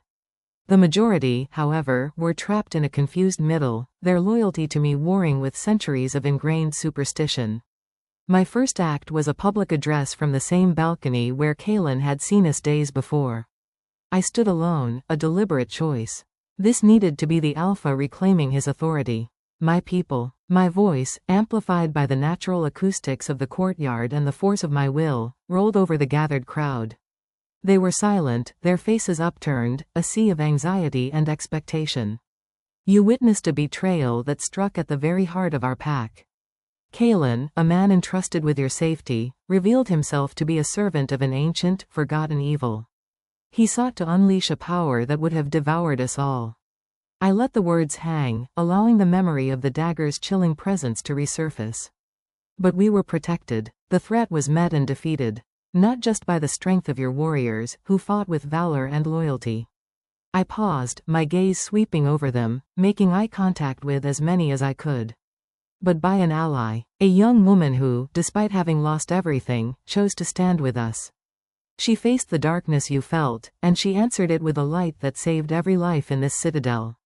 I did not call her the enigma. I did not speak of scents or ancient prophecies. I framed it in terms they could understand: betrayal, loyalty, sacrifice, and salvation. It was a political spin, yes, but it was a spin woven from truth. There will be no more whispers. No more suspicion. Elara is under my protection, and by extension, the protection of this entire pack. She has earned that right with her blood and her courage. To question her is to question me. To threaten her is to declare war on your Alpha. The silence that followed was profound. It was not a cheerful acceptance, but it was a submission.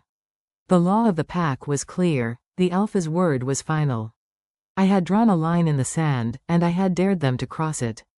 None did. The next challenge was the elders. I summoned them to my private council chamber, not the grand throne room. It was a more intimate setting, a place for blunt truths, not royal performances. Orion and Cassian entered with their spines stiff, their disapproval a cold aura around them. Valerius, however, looked intrigued, his scholar's mind already racing ahead of his fear. The immediate threat is contained, I began without preamble, standing before the cold fireplace. But Kaelin's final words were a warning. Others will come. The destruction of the dagger was a beacon. We must be prepared. Prepared? Orion sputtered, his old voice trembling with indignation. How does one prepare for legends, Theron? This is a war we cannot win. We are wolves, not myth slayers. We are survivors, I corrected, my tone sharp. And we have an advantage they do not. I gestured to Elara, who sat quietly in a chair by the window. She had insisted on being present for this. We have the enigma herself. Not as a weapon to be wielded, but as an ally. She knows the nature of the enemy in a way we never can. And can you trust her? Cassian asked, his eyes narrow slits.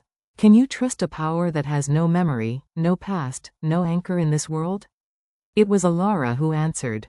Her voice was calm, but it carried a new, unshakable authority. My lack of a past does not mean I lack a moral compass, Elder. I may not remember who I was, but I know who I am now. I am the one who stood between Kaelin and this pack. I am the one who chose to protect when I could have fled. What greater anchor do you need than a conscious choice to do good? Valerius leaned forward, his eyes alight. Fascinating. The philosophical implications are staggering. The enigma, a being of pure potential, defining itself through action rather than memory. This aligns with the more obscure texts that suggest the Lost One's true power is not in its origin, but in its choice. Orion and Cassian looked at Valerius as if he had sprouted a second head. They were men of tradition, of black and white laws. The shades of gray that Elara and Valerius were painting were beyond their comprehension. The point is, I interjected, pulling their focus back, she is here. She is staying. And she is the key to understanding what we face. Your role, as elders, is not to fight this reality, but to help me navigate it. I need your knowledge, Valerius. I need you to scour every text, every fragment of lore about the Shadow Weavers. Find their weaknesses, their history, their other tools. Orion, Cassian, I need you to manage the pack's morale. Use your influence to quell the fear. Frame this not as a curse, but as a trial that our pack is strong enough to overcome." It was a direct order, couched as a request for their counsel. I was giving them a role, a purpose in this new, terrifying world. It was the only way to secure their cooperation. To be sidelined was a fate worse than death for men of their pride. Orion's shoulders slumped in defeat. Cassian gave a curt, reluctant nod. Valerius, however, almost looked excited. "I will begin at once," he said, already rising from his chair, his mind clearly already back in the archives. The Weaver genealogies, their connection points, there is much to cross-reference. After they had filed out, the room felt larger, the air easier to breathe. One battle, the political one, had been tentatively won. The personal battle, however, was just beginning. With the immediate crises managed, a new space opened up between Elara and me. A space without the immediate threat of assassination or the frantic need for training. It was a space of quiet, and in that quiet, the bond that had been forged in fire began to settle. It manifested in small, profound ways. I found myself seeking her opinion on matters of state. Not because she had any experience, but because her perspective, unclouded by pack politics and tradition, was often startlingly insightful. She saw solutions where I saw only problems. One evening, I was wrestling with a dispute between two border patrol commanders, both arguing over territory and resources. I had heard their arguments for an hour, and my patience was fraying. "They are both so loud," Elara observed from her seat by the fire, where she was practicing making a single flame split into two identical, dancing twins. "They keep saying, 'My patrol, my territory.' But isn't it all the pack's territory? Shouldn't the goal be what's best for the whole, not which alpha male gets the bigger prize?" Her simple words cut through the Gordian knot of male ego and posturing. She was right. I summoned the commanders back and laid down a new, unified patrol schedule myself, cutting their territory in half and forcing them to cooperate. The problem was solved in minutes. She, in turn, began to trust me with her struggles. The slow, frustrating return of her memory was not like a dam breaking, but like a fog occasionally thinning. She would get flashes, a scent of night-blooming flowers that made her heart ache, a pattern of frost on the window that felt like a forgotten language, a children's rhyme hummed by a servant that stuck in her head for days. "It's like trying to catch smoke," she confessed one night, her voice thick with frustration. We were in my study, the fire casting long shadows. She was curled in a large chair, a book open but unread on her lap. I get a peace, a feeling, but no context. It's more maddening than having nothing at all. "Tell me one," I said, putting aside my own papers. "A piece of the smoke." She was silent for a long moment, her gaze fixed on the flames. "There is a voice," she said softly. "A woman's voice. She is singing, but I can't hear the words. Only the melody. It's a lullaby, I think. It feels safe and sad. Deeply, deeply sad." Her description was so full of longing it was a physical pain in my chest. I did not offer empty platitudes. I simply listened, allowing her the space to voice the ache of a past that was tantalizingly close yet impossibly far. Another day, we walked in the secluded royal gardens, a walled sanctuary where few were permitted. It was the first time she had been outside the main keep since the feast. She was nervous, her senses on high alert, but the garden, with its fragrant herbs and orderly rows of medicinal plants, seemed to calm her. She stopped before a bush of moon-white roses, their petals glowing in the twilight. Without thinking, she reached out, her fingers hovering just above a bloom. The rose, in response, seemed to pulse with a soft, internal light. The petals unfurled further, releasing a fragrance so intense and beautiful it made my head spin. She snatched her hand back, looking at me with alarm. "I didn't mean to." "I know," I said, my voice gentle. "It is a part of you, Elara. It is not a curse. Look." I gestured to the rose. "You did not force it. You did not command it. You encouraged it. You asked it to be more of what it already was. That is a beautiful thing." Tears welled in her eyes. "All my life, or what I remember of it, I've been told such things are wrong. Dangerous. That I am wrong." "You are not wrong," I said, the conviction in my voice absolute. "You are unique. And in this garden, with me, you never have to hide what you are." It was in these moments, away from the politics and the prophecies, that the true nature of our bond became clear. It was not the explosive, dramatic connection of ballads. It was quieter, deeper. It was the comfort of a shared silence, the trust in a shared glance, the unspoken understanding that we were two solitary pillars, now holding up the same sky. One afternoon, Lysander found us in the strategy room. Elara was studying a map of the surrounding kingdoms, her finger tracing the mountain ranges. If the weavers are hiding, they would need solitude. And power. Places where the veil between worlds is thin.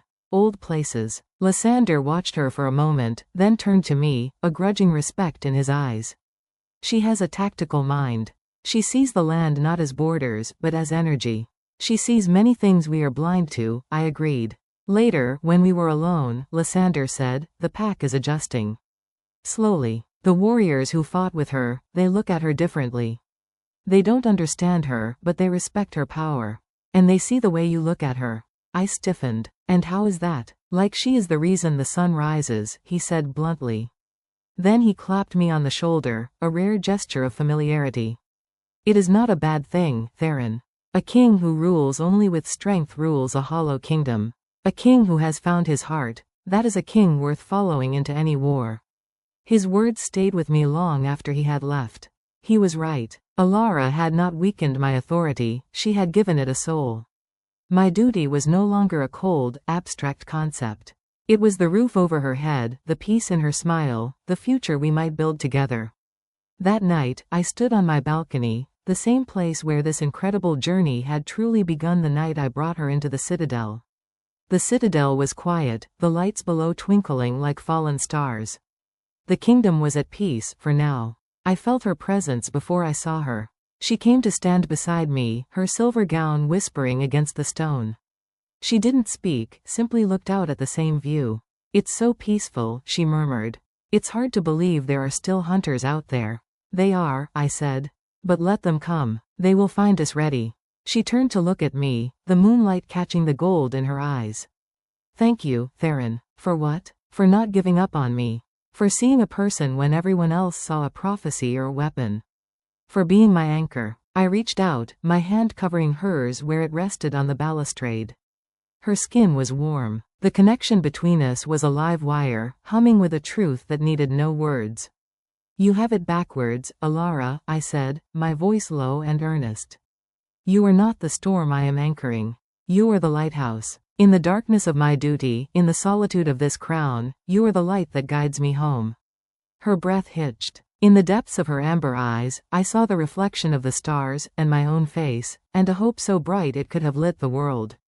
The hunters were coming. The future was uncertain. But in that moment, with her hand in mine and the silent, sleeping kingdom spread out before us, I knew a peace more profound than any I had ever known. We were two halves of a single shield, the alpha and the enigma, and together, we were unbreakable. The weight of the crown was heavy, but the light of her soul made it a burden I would carry gladly, for all my days. The peace that had settled over the citadel was a fragile, beautiful lie, and we all knew it. It was the calm eye of a hurricane, a temporary respite granted by Kaelin's defeat, but the outer winds of his warning still circled, waiting to slam into us once more. The pack went through its motions, training, patrolling, feasting, but a new, watchful tension hummed beneath the surface. Every stranger's gaze felt a moment too long, every unexpected sound was a potential threat. We were a kingdom holding its breath. It was Elara who first sensed the shift. Her connection to the world, once a wild and untamed thing, was becoming a refined instrument. She no longer just reacted, she listened. We were in the royal gardens, our now customary retreat from the pressures of court. She had been teaching a cluster of moon vines to climb a trellis in a complex, spiral pattern, not by command, but by a gentle hum that seemed to vibrate in harmony with the plant's own life force. I watched, mesmerized as always by the simple, profound magic of her existence. Suddenly, she went still. Her humming stopped. The vines, deprived of their guiding song, paused their growth. Theron, she said, her voice low and urgent. Do you feel that? I focused, stretching my alpha senses to their limit.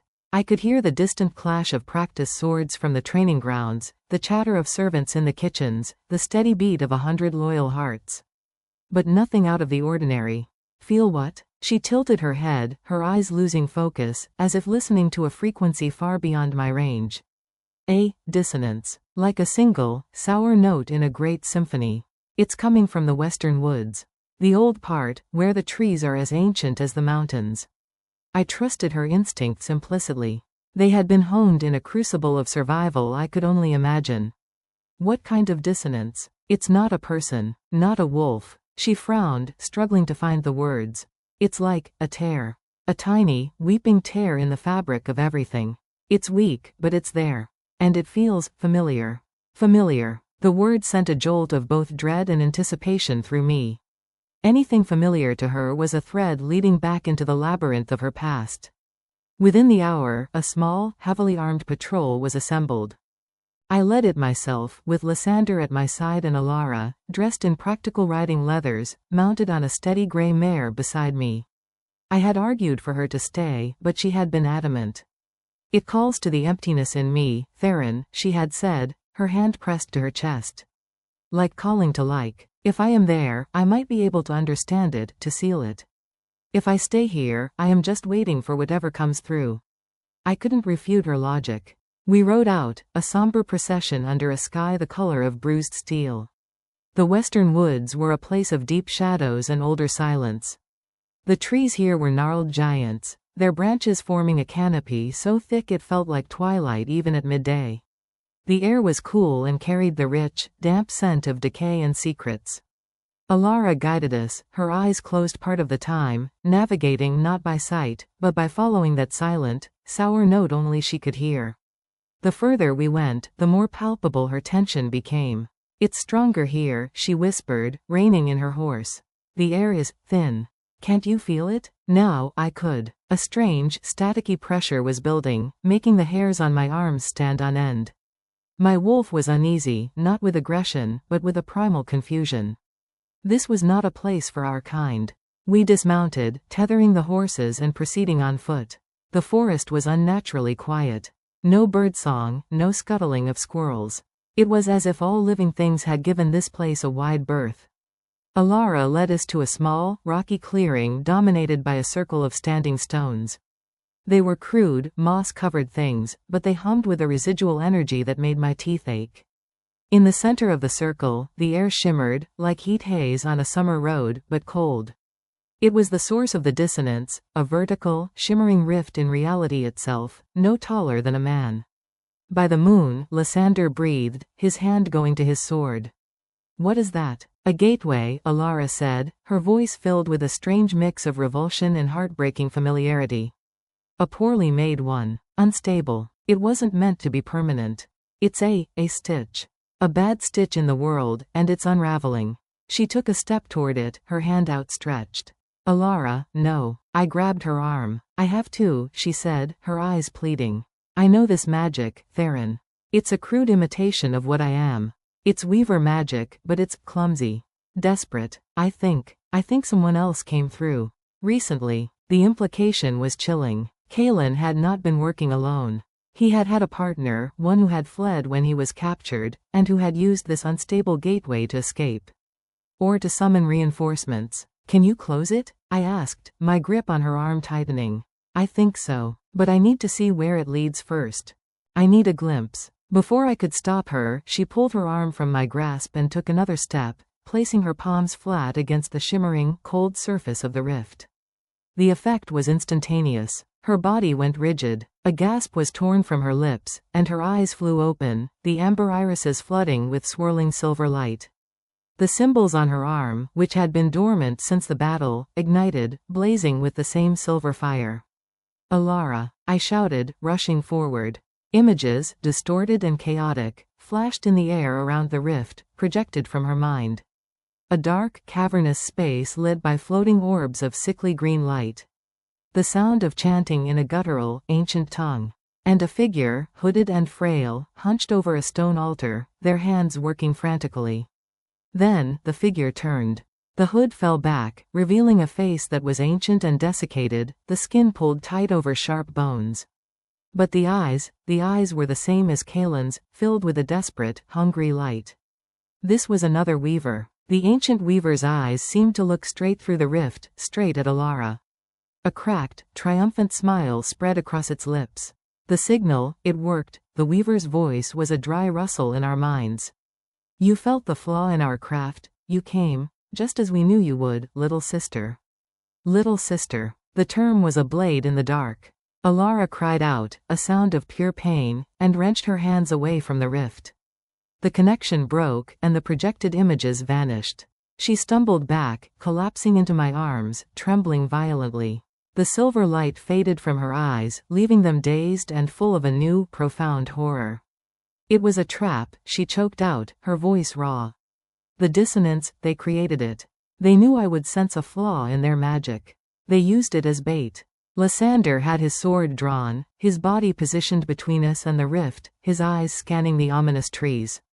We need to leave, now. But it was too late. From the shadows between the ancient trees, figures emerged. They were not wolves. They were tall, wraith-like beings clad in robes of shifting gray.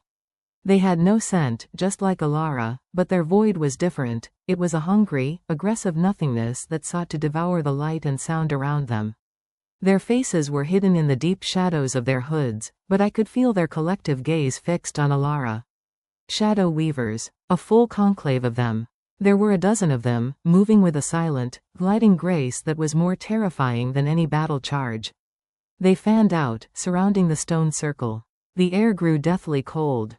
The lost one returns to the fold, one of them hissed, its voice the sound of sand sliding over stone. The prodigal daughter, drawn by the call of her own blood. Elara pushed herself upright, standing on shaking legs. I am not your daughter, she spat, her voice gaining strength from her fury. Are you not? The lead weaver crooned. You are of our making. Your essence was drawn from the same well of power we tap. You carry the legacy of our order in your very soul. Kaelin was a blunt instrument, a soldier. We are the architects. Come with us, Enigma. It is time to come home and fulfill your purpose. Her home is with me, I growled, stepping forward, my own power radiating out in a wave of pure alpha dominance. It was a force that could make the strongest warrior wolf whimper and submit.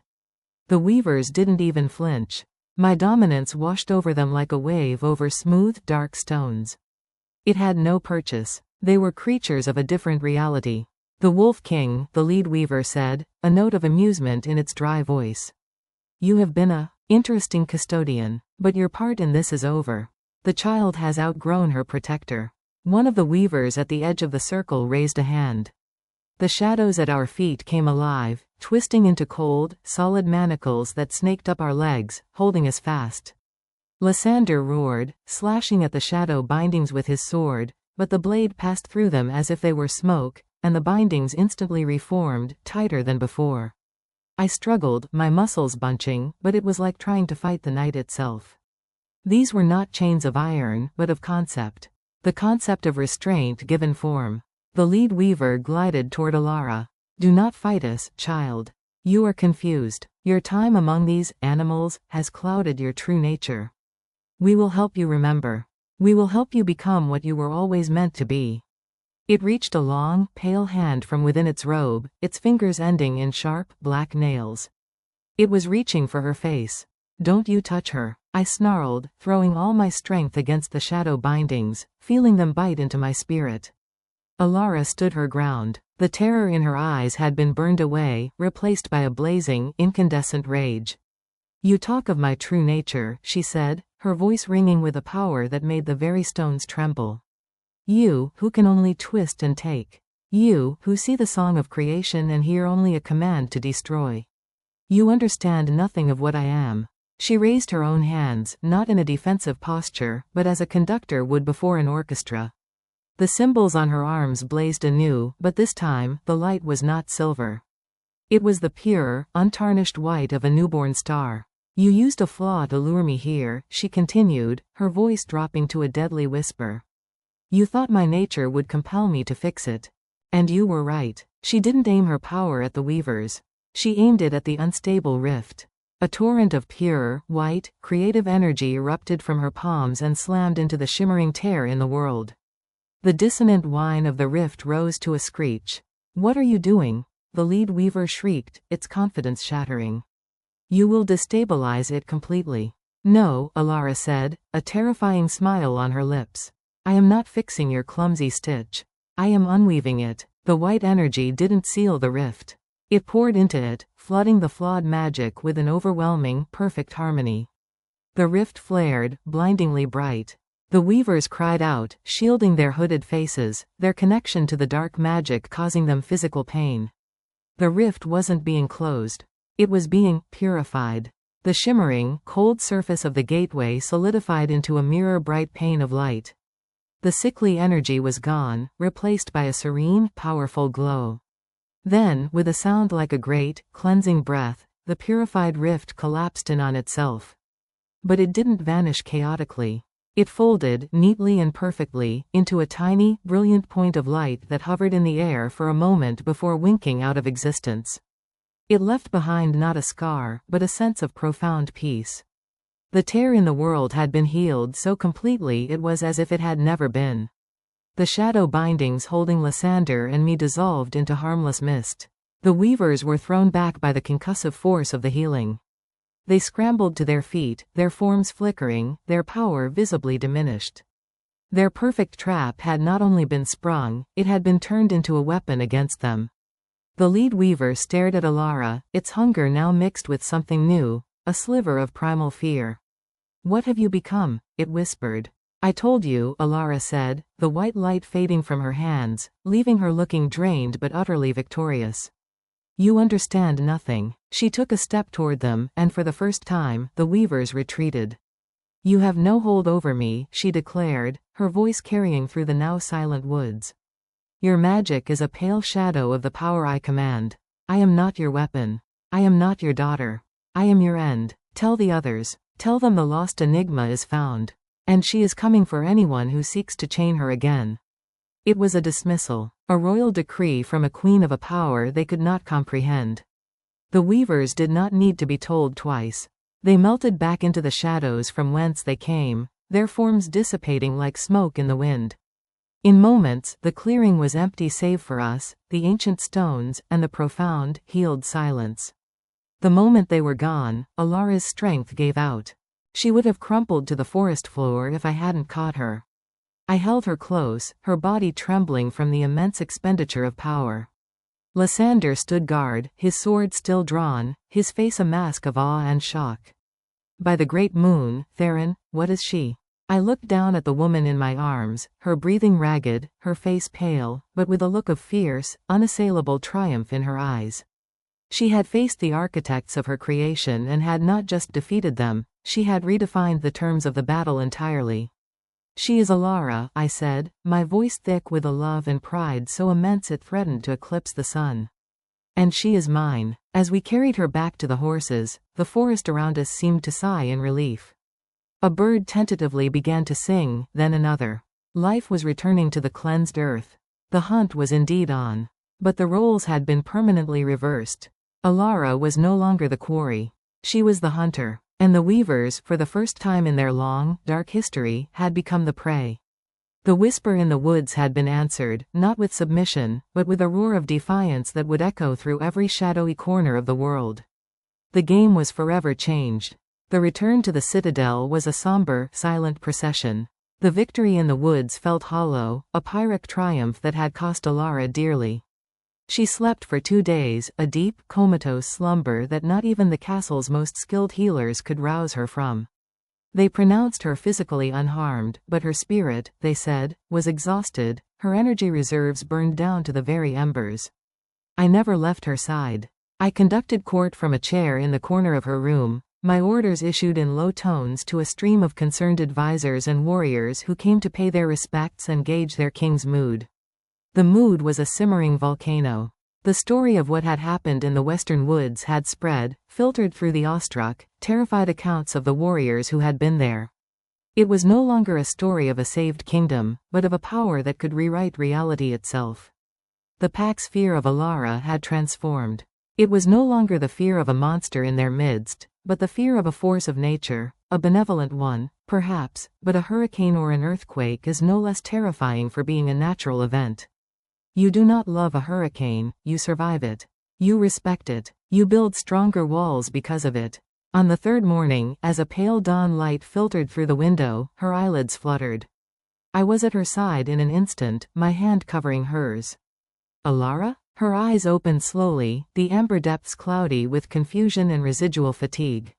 They focused on me, and a weak, relieved smile touched her lips. Theron. Her voice was a dry rustle. The weavers? Gone, I said firmly, squeezing her hand. You routed them. You healed the world itself and sent them running. You were magnificent. The word was inadequate, but it was all I had. She tried to sit up, and I helped her, propping pillows behind her back. It felt different this time, she murmured, looking at her hands as if seeing them for the first time. With the dagger, it was a reaction. A burst of light to counter the darkness. But in the woods, it was a choice. A deliberate act. I didn't just destroy their gateway. I understood its structure, its flawed composition, and I recomposed it into harmony. She looked at me, her eyes wide with the wonder of it. I didn't know I could do that. You are learning the full scope of your song, I said. And it is a beautiful one. Her recovery was slow but steady.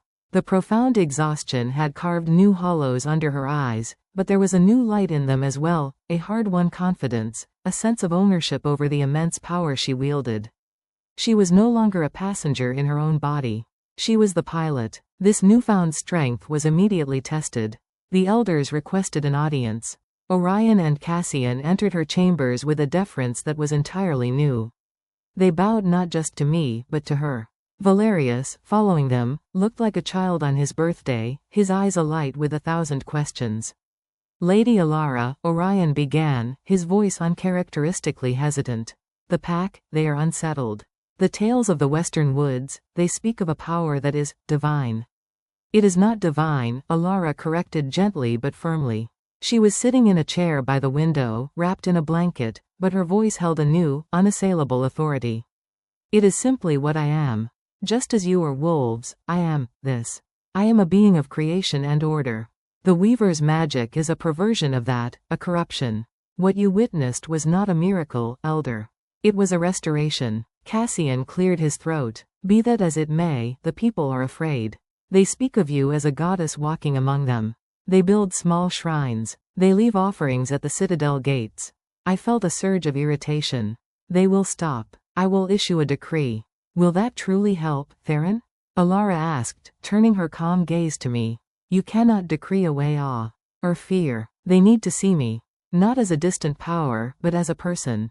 The story you told them after Kaelin's defeat was a good one, but it is no longer enough. They need a new story. And so, she began to write it. When she was strong enough, she asked to walk among the people. Not in the royal gardens, but in the main market square, in the training grounds, in the healing wards. I walked with her, a silent, watchful shadow, my senses screaming at the potential threat in every crowd. But Elara was fearless. She did not perform miracles. She did not summon light or command shadows. She simply was. In the market, she stopped at a stall selling honey cakes. The baker, a stout, middle-aged woman, stared at her with wide, terrified eyes, her hands trembling. They smell wonderful, Elara said, her voice warm and genuine. May I try one? The woman could only nod mutely, handing over a cake with a shaking hand. Elara took a small bite, and her face lit up with a true, unforced smile. It's delicious. The honey is from the high meadows, isn't it? It has a taste of wild thyme. The baker's fear melted into bewildered pride. Why yes, my lady. From my own hives. You have a great talent, Elara said, and she meant it. She paid for the cake with a silver coin from the purse I had given her, and we moved on. The story that spread was not of a goddess, but of a noble lady with a kind heart and a discerning palate. In the healing wards, she did not lay on hands and perform instant cures. She sat by the beds of wounded warriors, the ones who had fought alongside her against Kaelin. She listened to their stories. She asked about their families. One young warrior, his leg badly broken in the fray, was sullen and withdrawn. The physician says I may never fight again, he muttered, refusing to look at her. Elara studied his leg, not with a healer's eye, but with that deep, understanding gaze that saw the essence of things. The bone is cleanly broken, she said softly. It wants to heal. It remembers what it is to be whole. She placed her hand not on his leg, but on the wooden bedpost beside him. Everything has a song, warrior. The stone of this citadel sings of strength and endurance. Your bone sings of the same. Listen to it. Encourage its song. She hummed, a low, resonant note that seemed to vibrate in the very air. The wood of the bedpost, where her hand rested, seemed to glow faintly, and a sense of profound, deep-rooted peace filled the room. The young warrior's tense shoulders relaxed. He didn't magically heal, but the despair in his eyes lifted, replaced by a flicker of hope. The physicians later reported that his recovery progressed at a remarkable, unprecedented rate. She was not curing them. She was reminding their own bodies how to cure themselves. She was a catalyst for the natural order, not a rebel against it. With each passing day, the pack's fear softened into a deep, reverent affection. The offerings at the gate changed from pleas for protection to gifts of gratitude, bundles of herbs, carefully carved trinkets, baskets of the season's first fruits. They no longer saw the lost enigma. They saw their lady Elara. Through it all, our bond deepened in ways I could never have imagined.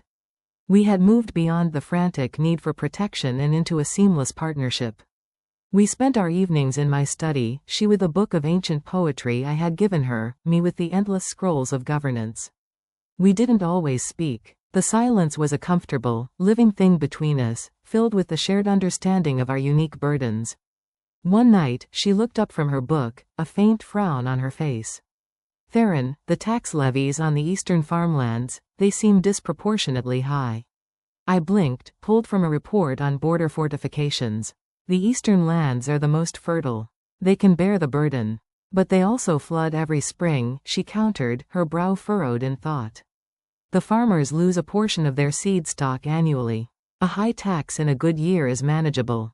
A high tax every year is a slow starvation. If you reduced the levy by even 10% and invested that same amount into building flood channels, their yield in 5 years would be double, and your tax base would be more stable. I stared at her. It was a simple, brilliant piece of economic strategy that my own financial ministers, with their focus on immediate gains, had never proposed.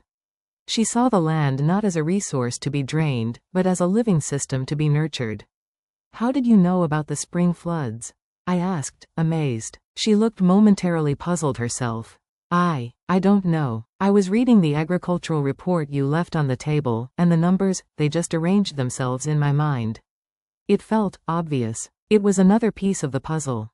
Her power wasn't just over light and shadow and life force. It was an affinity for order, for systems, for the underlying harmony of things. She could see the broken stitch in a magical gateway, and she could see the broken logic in a tax code. To her, they were the same flaw, a dissonance that needed to be made right. It was during this time of quiet consolidation that the next Echo of Defiance arrived. It did not come with the gliding menace of shadow weavers, but in a small, unassuming leather pouch, delivered by a terrified, wide-eyed merchant from a distant southern kingdom. Lysander brought it to us in the study. The man says it was given to him by a hooded figure, who paid him in pure gold to deliver this to the light bringer in the northern citadel. He said the figure smelled of dust and old paper. Elara took the pouch, her expression wary. She loosened the drawstring and tipped the contents onto my desk. It was not a weapon. It was a collection of objects. A lock of hair, pure white, tied with a silver thread. A small, smooth river stone that was warm to the touch. A faded, embroidered patch depicting a crescent moon embracing a star. And a single, yellowed page, covered in elegant, flowing script. Elara picked up the lock of hair, and a single, sharp gasp escaped her. Tears, swift and silent, filled her eyes and traced paths down her cheeks. Elara? I was at her side in an instant, my hand on her back. What is it? What's wrong? It's her, she whispered, her voice choked with emotion. The woman from my memory. The one who sang the lullaby. She held the white hair to her nose, inhaling deeply. She's real. Her name is Lyra. She then picked up the river stone. The moment her fingers touched it, the stone glowed with a soft, internal light, and a faint, beautiful melody filled the room, the same lullaby she had described to me. This was hers, Elara breathed, clutching the stone to her chest. She carried it always. She said it held the first song she ever learned. Finally, with trembling hands, she picked up the yellowed page. She read it, her tears falling freely now, spotting the ancient paper. "What does it say?" I asked softly. She looked up at me, her eyes shining with a pain so profound it felt like a physical wound. "It's a journal entry. From her. From Lyra." She took a shaky breath and began to read aloud, her voice trembling but clear. "The council is afraid. They say the child is too powerful, too connected to the fundamental forces. They speak of stabilizing her, of binding her will to a master for her own protection and the protection of the world. They do not see the light in her eyes when I sing. They do not feel the gentle curiosity in her touch. They see a weapon. I see a daughter. I will not let them have her. I have hidden the tools of the old binding rituals. I will take her and flee tonight. We will go to the world of mortals, of wolves and men. They will never think to look for us there. I will keep her safe. I will teach her to hide, to be small, until she is strong enough to be herself without fear. My little enigma, my Elara." The silence in the room was absolute. The pieces of a lifetime, of a stolen history, slammed into place with the force of a thunderclap. Lyra was not a weaver. She was a guardian, a rebel from within the weaver order itself. She had not created Elara, she had saved her. She had given her a name. She had loved her. Elara was not a failed experiment. She was a child, rescued from the smiths who would have chained her. The embroidered patch, Elara realized, was from Lyra's robe. The symbol of a faction within the weavers who believed in studying creation, not dominating it. The lunostrils. The moon singers. The message was not a threat. It was a desperate, hopeful signal. "She's alive," Elara whispered, the truth dawning on her with terrifying, wonderful clarity. "Lyra is alive. The weavers must have captured her after we were separated. She's been their prisoner all this time. And she's telling me where to find her." She turned the page over. On the back, in the same elegant hand, was a single line, a clue wrapped in poetry. "Seek the library where knowledge drowns, in the city of sun-bleached bones." Elara's eyes met mine, filled with a new, unshakable purpose that dwarfed all that had come before. The search for her past was over. The rescue of her future had begun. "Theron," she said, her voice steady as granite. "We have to find her." I looked at the woman I loved, at the fierce, determined light in her eyes, and I knew that every path, every duty, every responsibility, led to this moment. The kingdom could wait. The world could wait. "Then we will find her," I vowed, my hand covering hers on the journal page. "We will find her, and we will bring her home." The quiet chapter of peace was over. A new, more dangerous journey was beginning, one that would lead us out of the safety of our mountains and into the sun-bleached bones of a forgotten city, to a library where knowledge drowned, and to the woman who had given everything to save the soul of the enigma. The defiance in the woods had been just the beginning. The true echo was just now reaching our shores. The clue was a riddle wrapped in a memory. Seek the library where knowledge drowns, in the city of sun-bleached bones. For days, Valerius and Elara pored over every map, every historical text, every traveler's log in the Citadel's archives. The atmosphere in the study was thick with concentration and the scent of old parchment. I gave them space, using the time to secure the kingdom for my absence. I placed Lysander as regent in my stead, with strict orders and the full authority of the crown. The pack, still basking in the newfound peace and prosperity Elara's influence had fostered, accepted my decree with a trust that humbled me. They did not know the full reason for my journey, only that their king and their lady had vital business in the south. It was Elara who finally found the connection, not in a book of geography, but in a collection of ancient poetry. She read the line aloud, her voice trembling with excitement. "The white city of Athel, its towers like the ribs of a great leviathan, bleached by the unyielding sun, where the river of wisdom sinks into the thirsty earth and drowns its secrets in the sand." Athel, Valerius breathed, his eyes wide. "It's a myth. A scholar's parable. A city so devoted to knowledge it built the greatest library the world had ever known, only for the river that fed it to change course and vanish into the desert. The city died of thirst, its great library buried by the sands. They called it the skeleton city. The city of sun-bleached bones. The destination was set. Athel lay in the heart of the scorched expanse, a vast desert to the south, a week's hard ride from our borders. It was a journey into the unknown, into a land where my authority meant nothing and the rules of pack and territory held no sway. We departed at dawn, a small, elite group. Myself, Elara, and 10 of my most trusted warriors, including Brennus, a grizzled veteran who had fought at my side since we were youths and whose loyalty was as unshakable as the mountains. We traveled light and fast, forsaking royal carriages for sturdy desert-bred horses and packs filled with waterskins and practical supplies. The journey was a trial in itself. The lush, forested foothills of my kingdom gave way to rocky badlands, which then surrendered to the endless, rolling dunes of the scorched expanse. The sun was a merciless tyrant here, hammering the land into submission. The air shimmered with heat, and the wind carried stinging grains of sand that found their way into everything. Elara, born of moonlight and shadow, seemed to wilt in the oppressive heat. She wrapped herself in light, linen robes, her face shaded by a wide-brimmed hat, but the relentless sun drained her energy. Yet, she never complained. Her determination was a fire that burned brighter than the desert sun.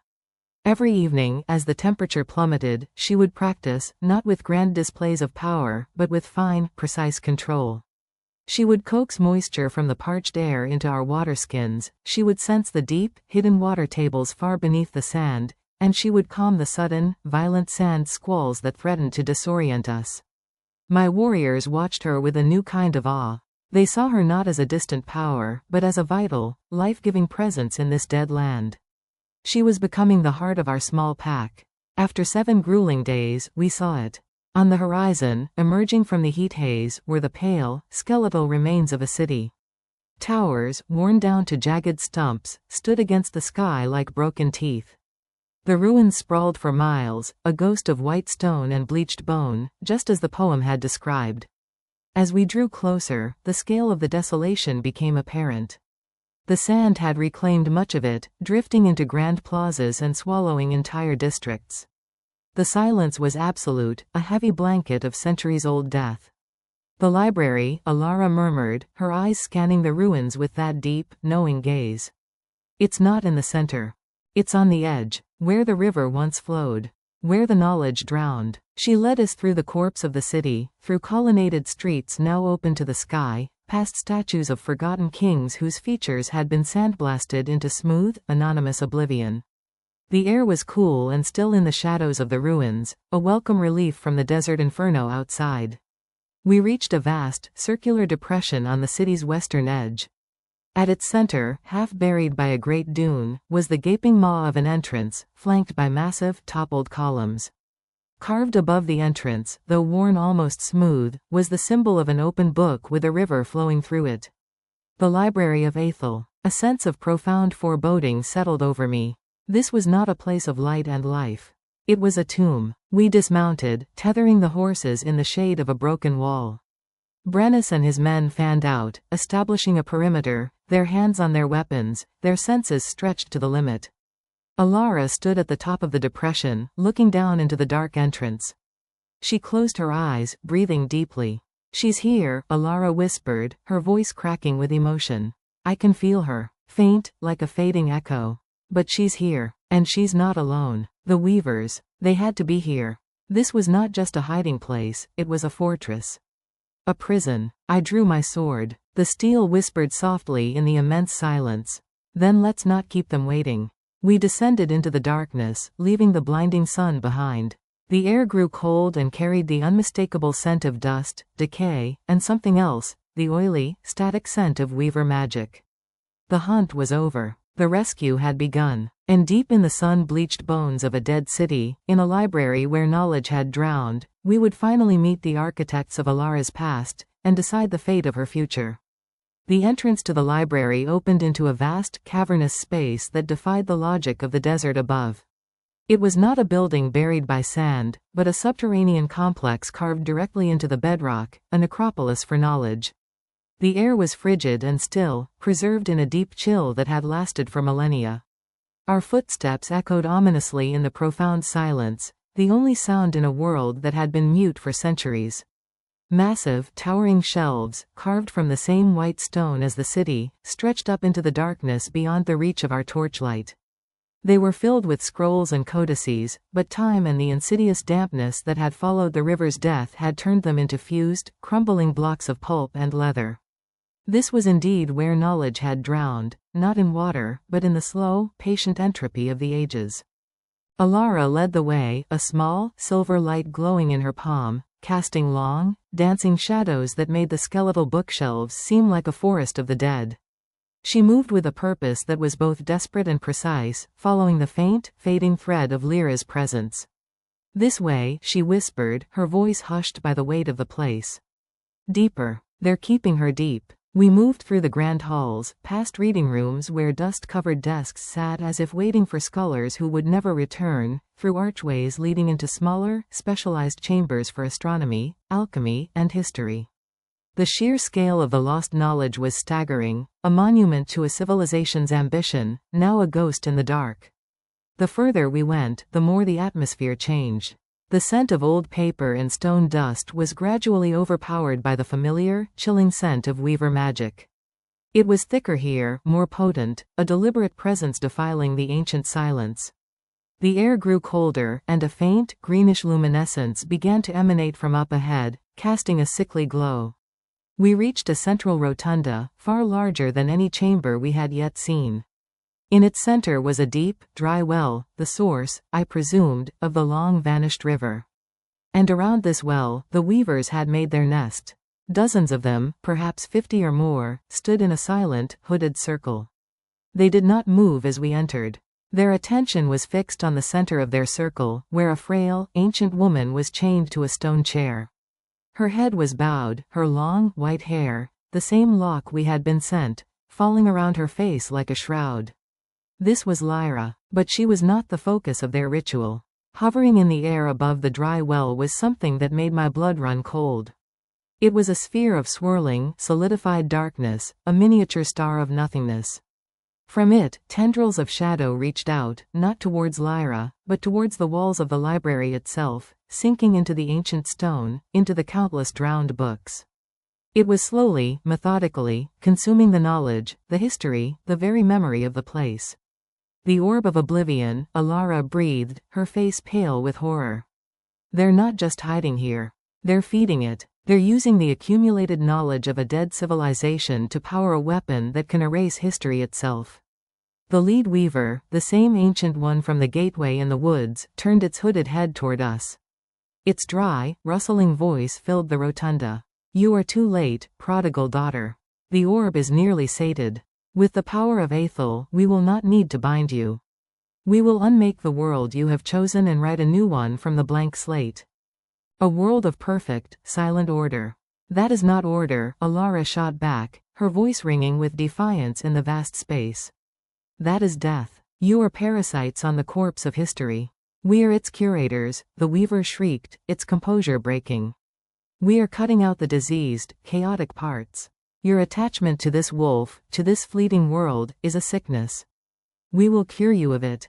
The weaver raised its hands, and the circle of its brethren began to chant in that guttural, ancient tongue. The orb pulsed, and the tendrils of shadow retracted, coalescing into a beam of pure, erasing darkness aimed directly at Elara. "Shield!" I roared, leaping in front of her, my alpha power flaring in a golden aura around me. The beam struck my shield, and it was like being hit by a tidal wave of absolute zero. It was not an attack of force, but of negation. It sought to unmake my will, my memories, my very existence.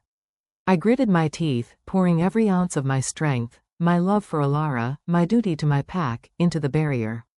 The golden light held, but I could feel it being scoured away, molecule by molecule. I was a sandcastle against the tide. "Theron!" Elara cried out. I could not hold it. The darkness was too absolute. But Elara did not try to reinforce my shield. She understood. You could not fight oblivion with strength.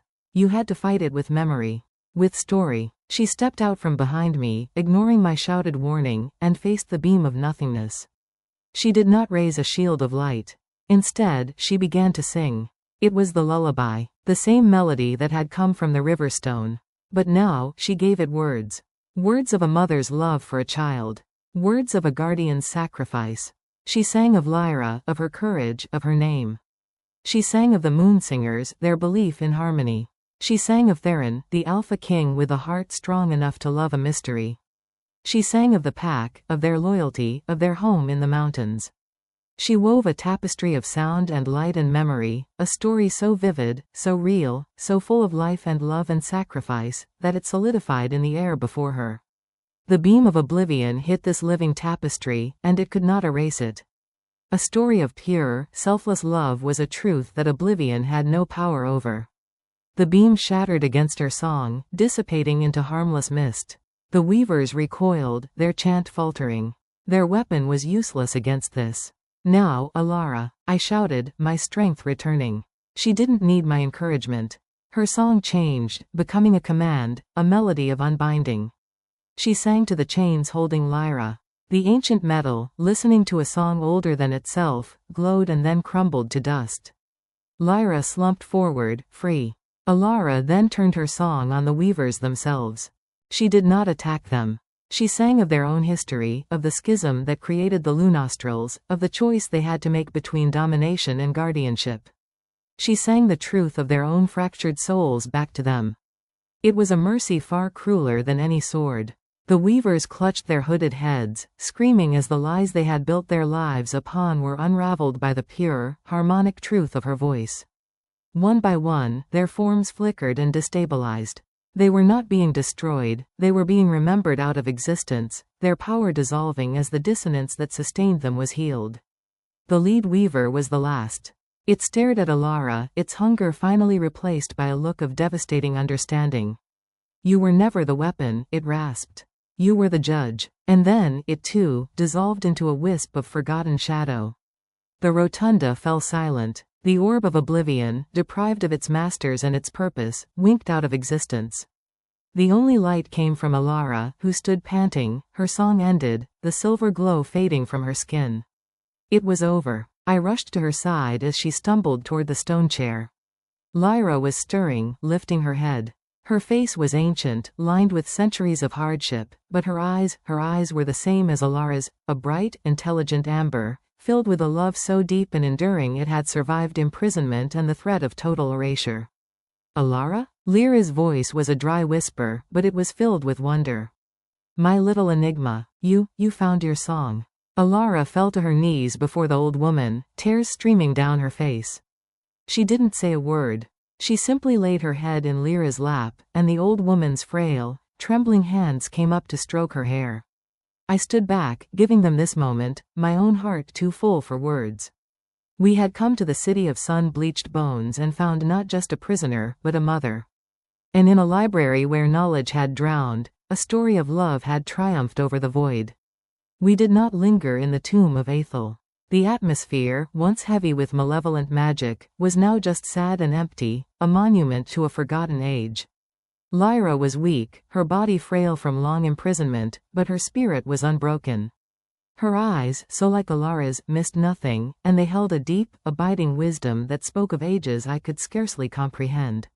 The journey back was slower, out of necessity for Lyra's health, but it was filled with a light that had been absent on our way south. Elara was transformed. The lingering shadow of amnesia was gone, replaced by a serene wholeness. She tended to Lyra with a daughter's devotion, and in return, Lyra began to gently fill in the gaps of her past, not as a traumatic unveiling, but as the sharing of a long-lost family history. Around the campfire at night, under the vast, star-strewn desert sky, Lyra told us her story. The weavers were not always as you saw them, she began, her voice gaining strength with each passing day. Once, we were the ether weavers, scholars of the fundamental forces of the universe. We studied the songs of creation, the harmony of light, the melody of growth, the rhythm of time. Our purpose was understanding, not control. She looked at Elara with infinite fondness. But a faction grew powerful. They called themselves the Shadow Weavers. They believed understanding was not enough. They wanted to compose the song, not just listen to it. They sought to create a perfect conductor for their will, a being that could channel the primal song of the universe. They poured centuries of knowledge and power into the forging of a single consciousness. And they succeeded. They created you, Elara. The enigma. Elara listened, her hand tightly clasping mine. But I was not what they expected. No, Lyra said, a smile touching her lips. You were more. You were not a blank conduit. You had a soul. You had curiosity. You had love. The first time I held you, you reached out with a tiny hand and made the shadows in the room dance for me, not out of command, but out of joy. I knew then that you were not a weapon. You were a person. The shadow weavers saw this as a flaw. I saw it as a miracle. You stole me, Elara whispered. I rescued you, Lyra corrected gently. I took you and fled. We hid among the mortal races, moving from place to place. I taught you to hide your light, to be small, to appear human. I gave you a name. I sang you that lullaby every night, pouring all my love and protection into it, hoping it would be an anchor for you. Her eyes grew distant with pain. But they found us. In a small village near the northern mountains. I created a diversion, a burst of chaotic energy to mask your signature, and I told you to run. I was captured. I never knew if you had escaped, until now. The story filled in the final, heartbreaking pieces. Elara's amnesia was not a side effect of her creation, but a protective spell Lyra had placed on her at the last moment. A magic to make her forget her past, her power, even her own name, to make her impossible for the weavers to track. It was a desperate act of love that had ultimately saved her. The lullaby, Elara said. It was the key. It was the first true thing I could remember. It was the thread that led me back to you. As we rode, I watched the two of them together. Lyra was teaching Elara in a way we never could. She wasn't teaching her to control her power, but to understand its language. She explained that the enigma was not a title, but a description. She was the living embodiment of the universe's unanswered question, the potential for infinite possibilities.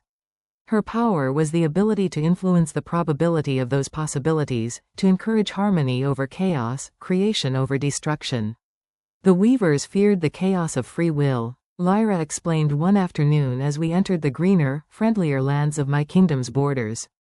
They sought to replace it with their own rigid order. But you, my child, you are the bridge. You can bring order out of chaos without destroying the beautiful, unpredictable spark of life within it. You did not just defeat the weavers in that library. You offered them the truth, and their own lies could not withstand it. When the high towers of the citadel finally came into view, it felt like a homecoming in a way I had never experienced. We were not returning from a hunt or a battle, we were returning from a quest, a family made whole. The pack's reception was overwhelming. They lined the streets, not in fearful silence, but with cheers and thrown flowers. They saw their king and their lady returned safely. And they saw the third figure, the ancient, wise woman who rode between us, the one Elara held with such evident love and reverence. They did not know who Lyra was, but they saw that she was important to their lady, and that was enough for them. Lysander greeted us at the gates, his relief palpable.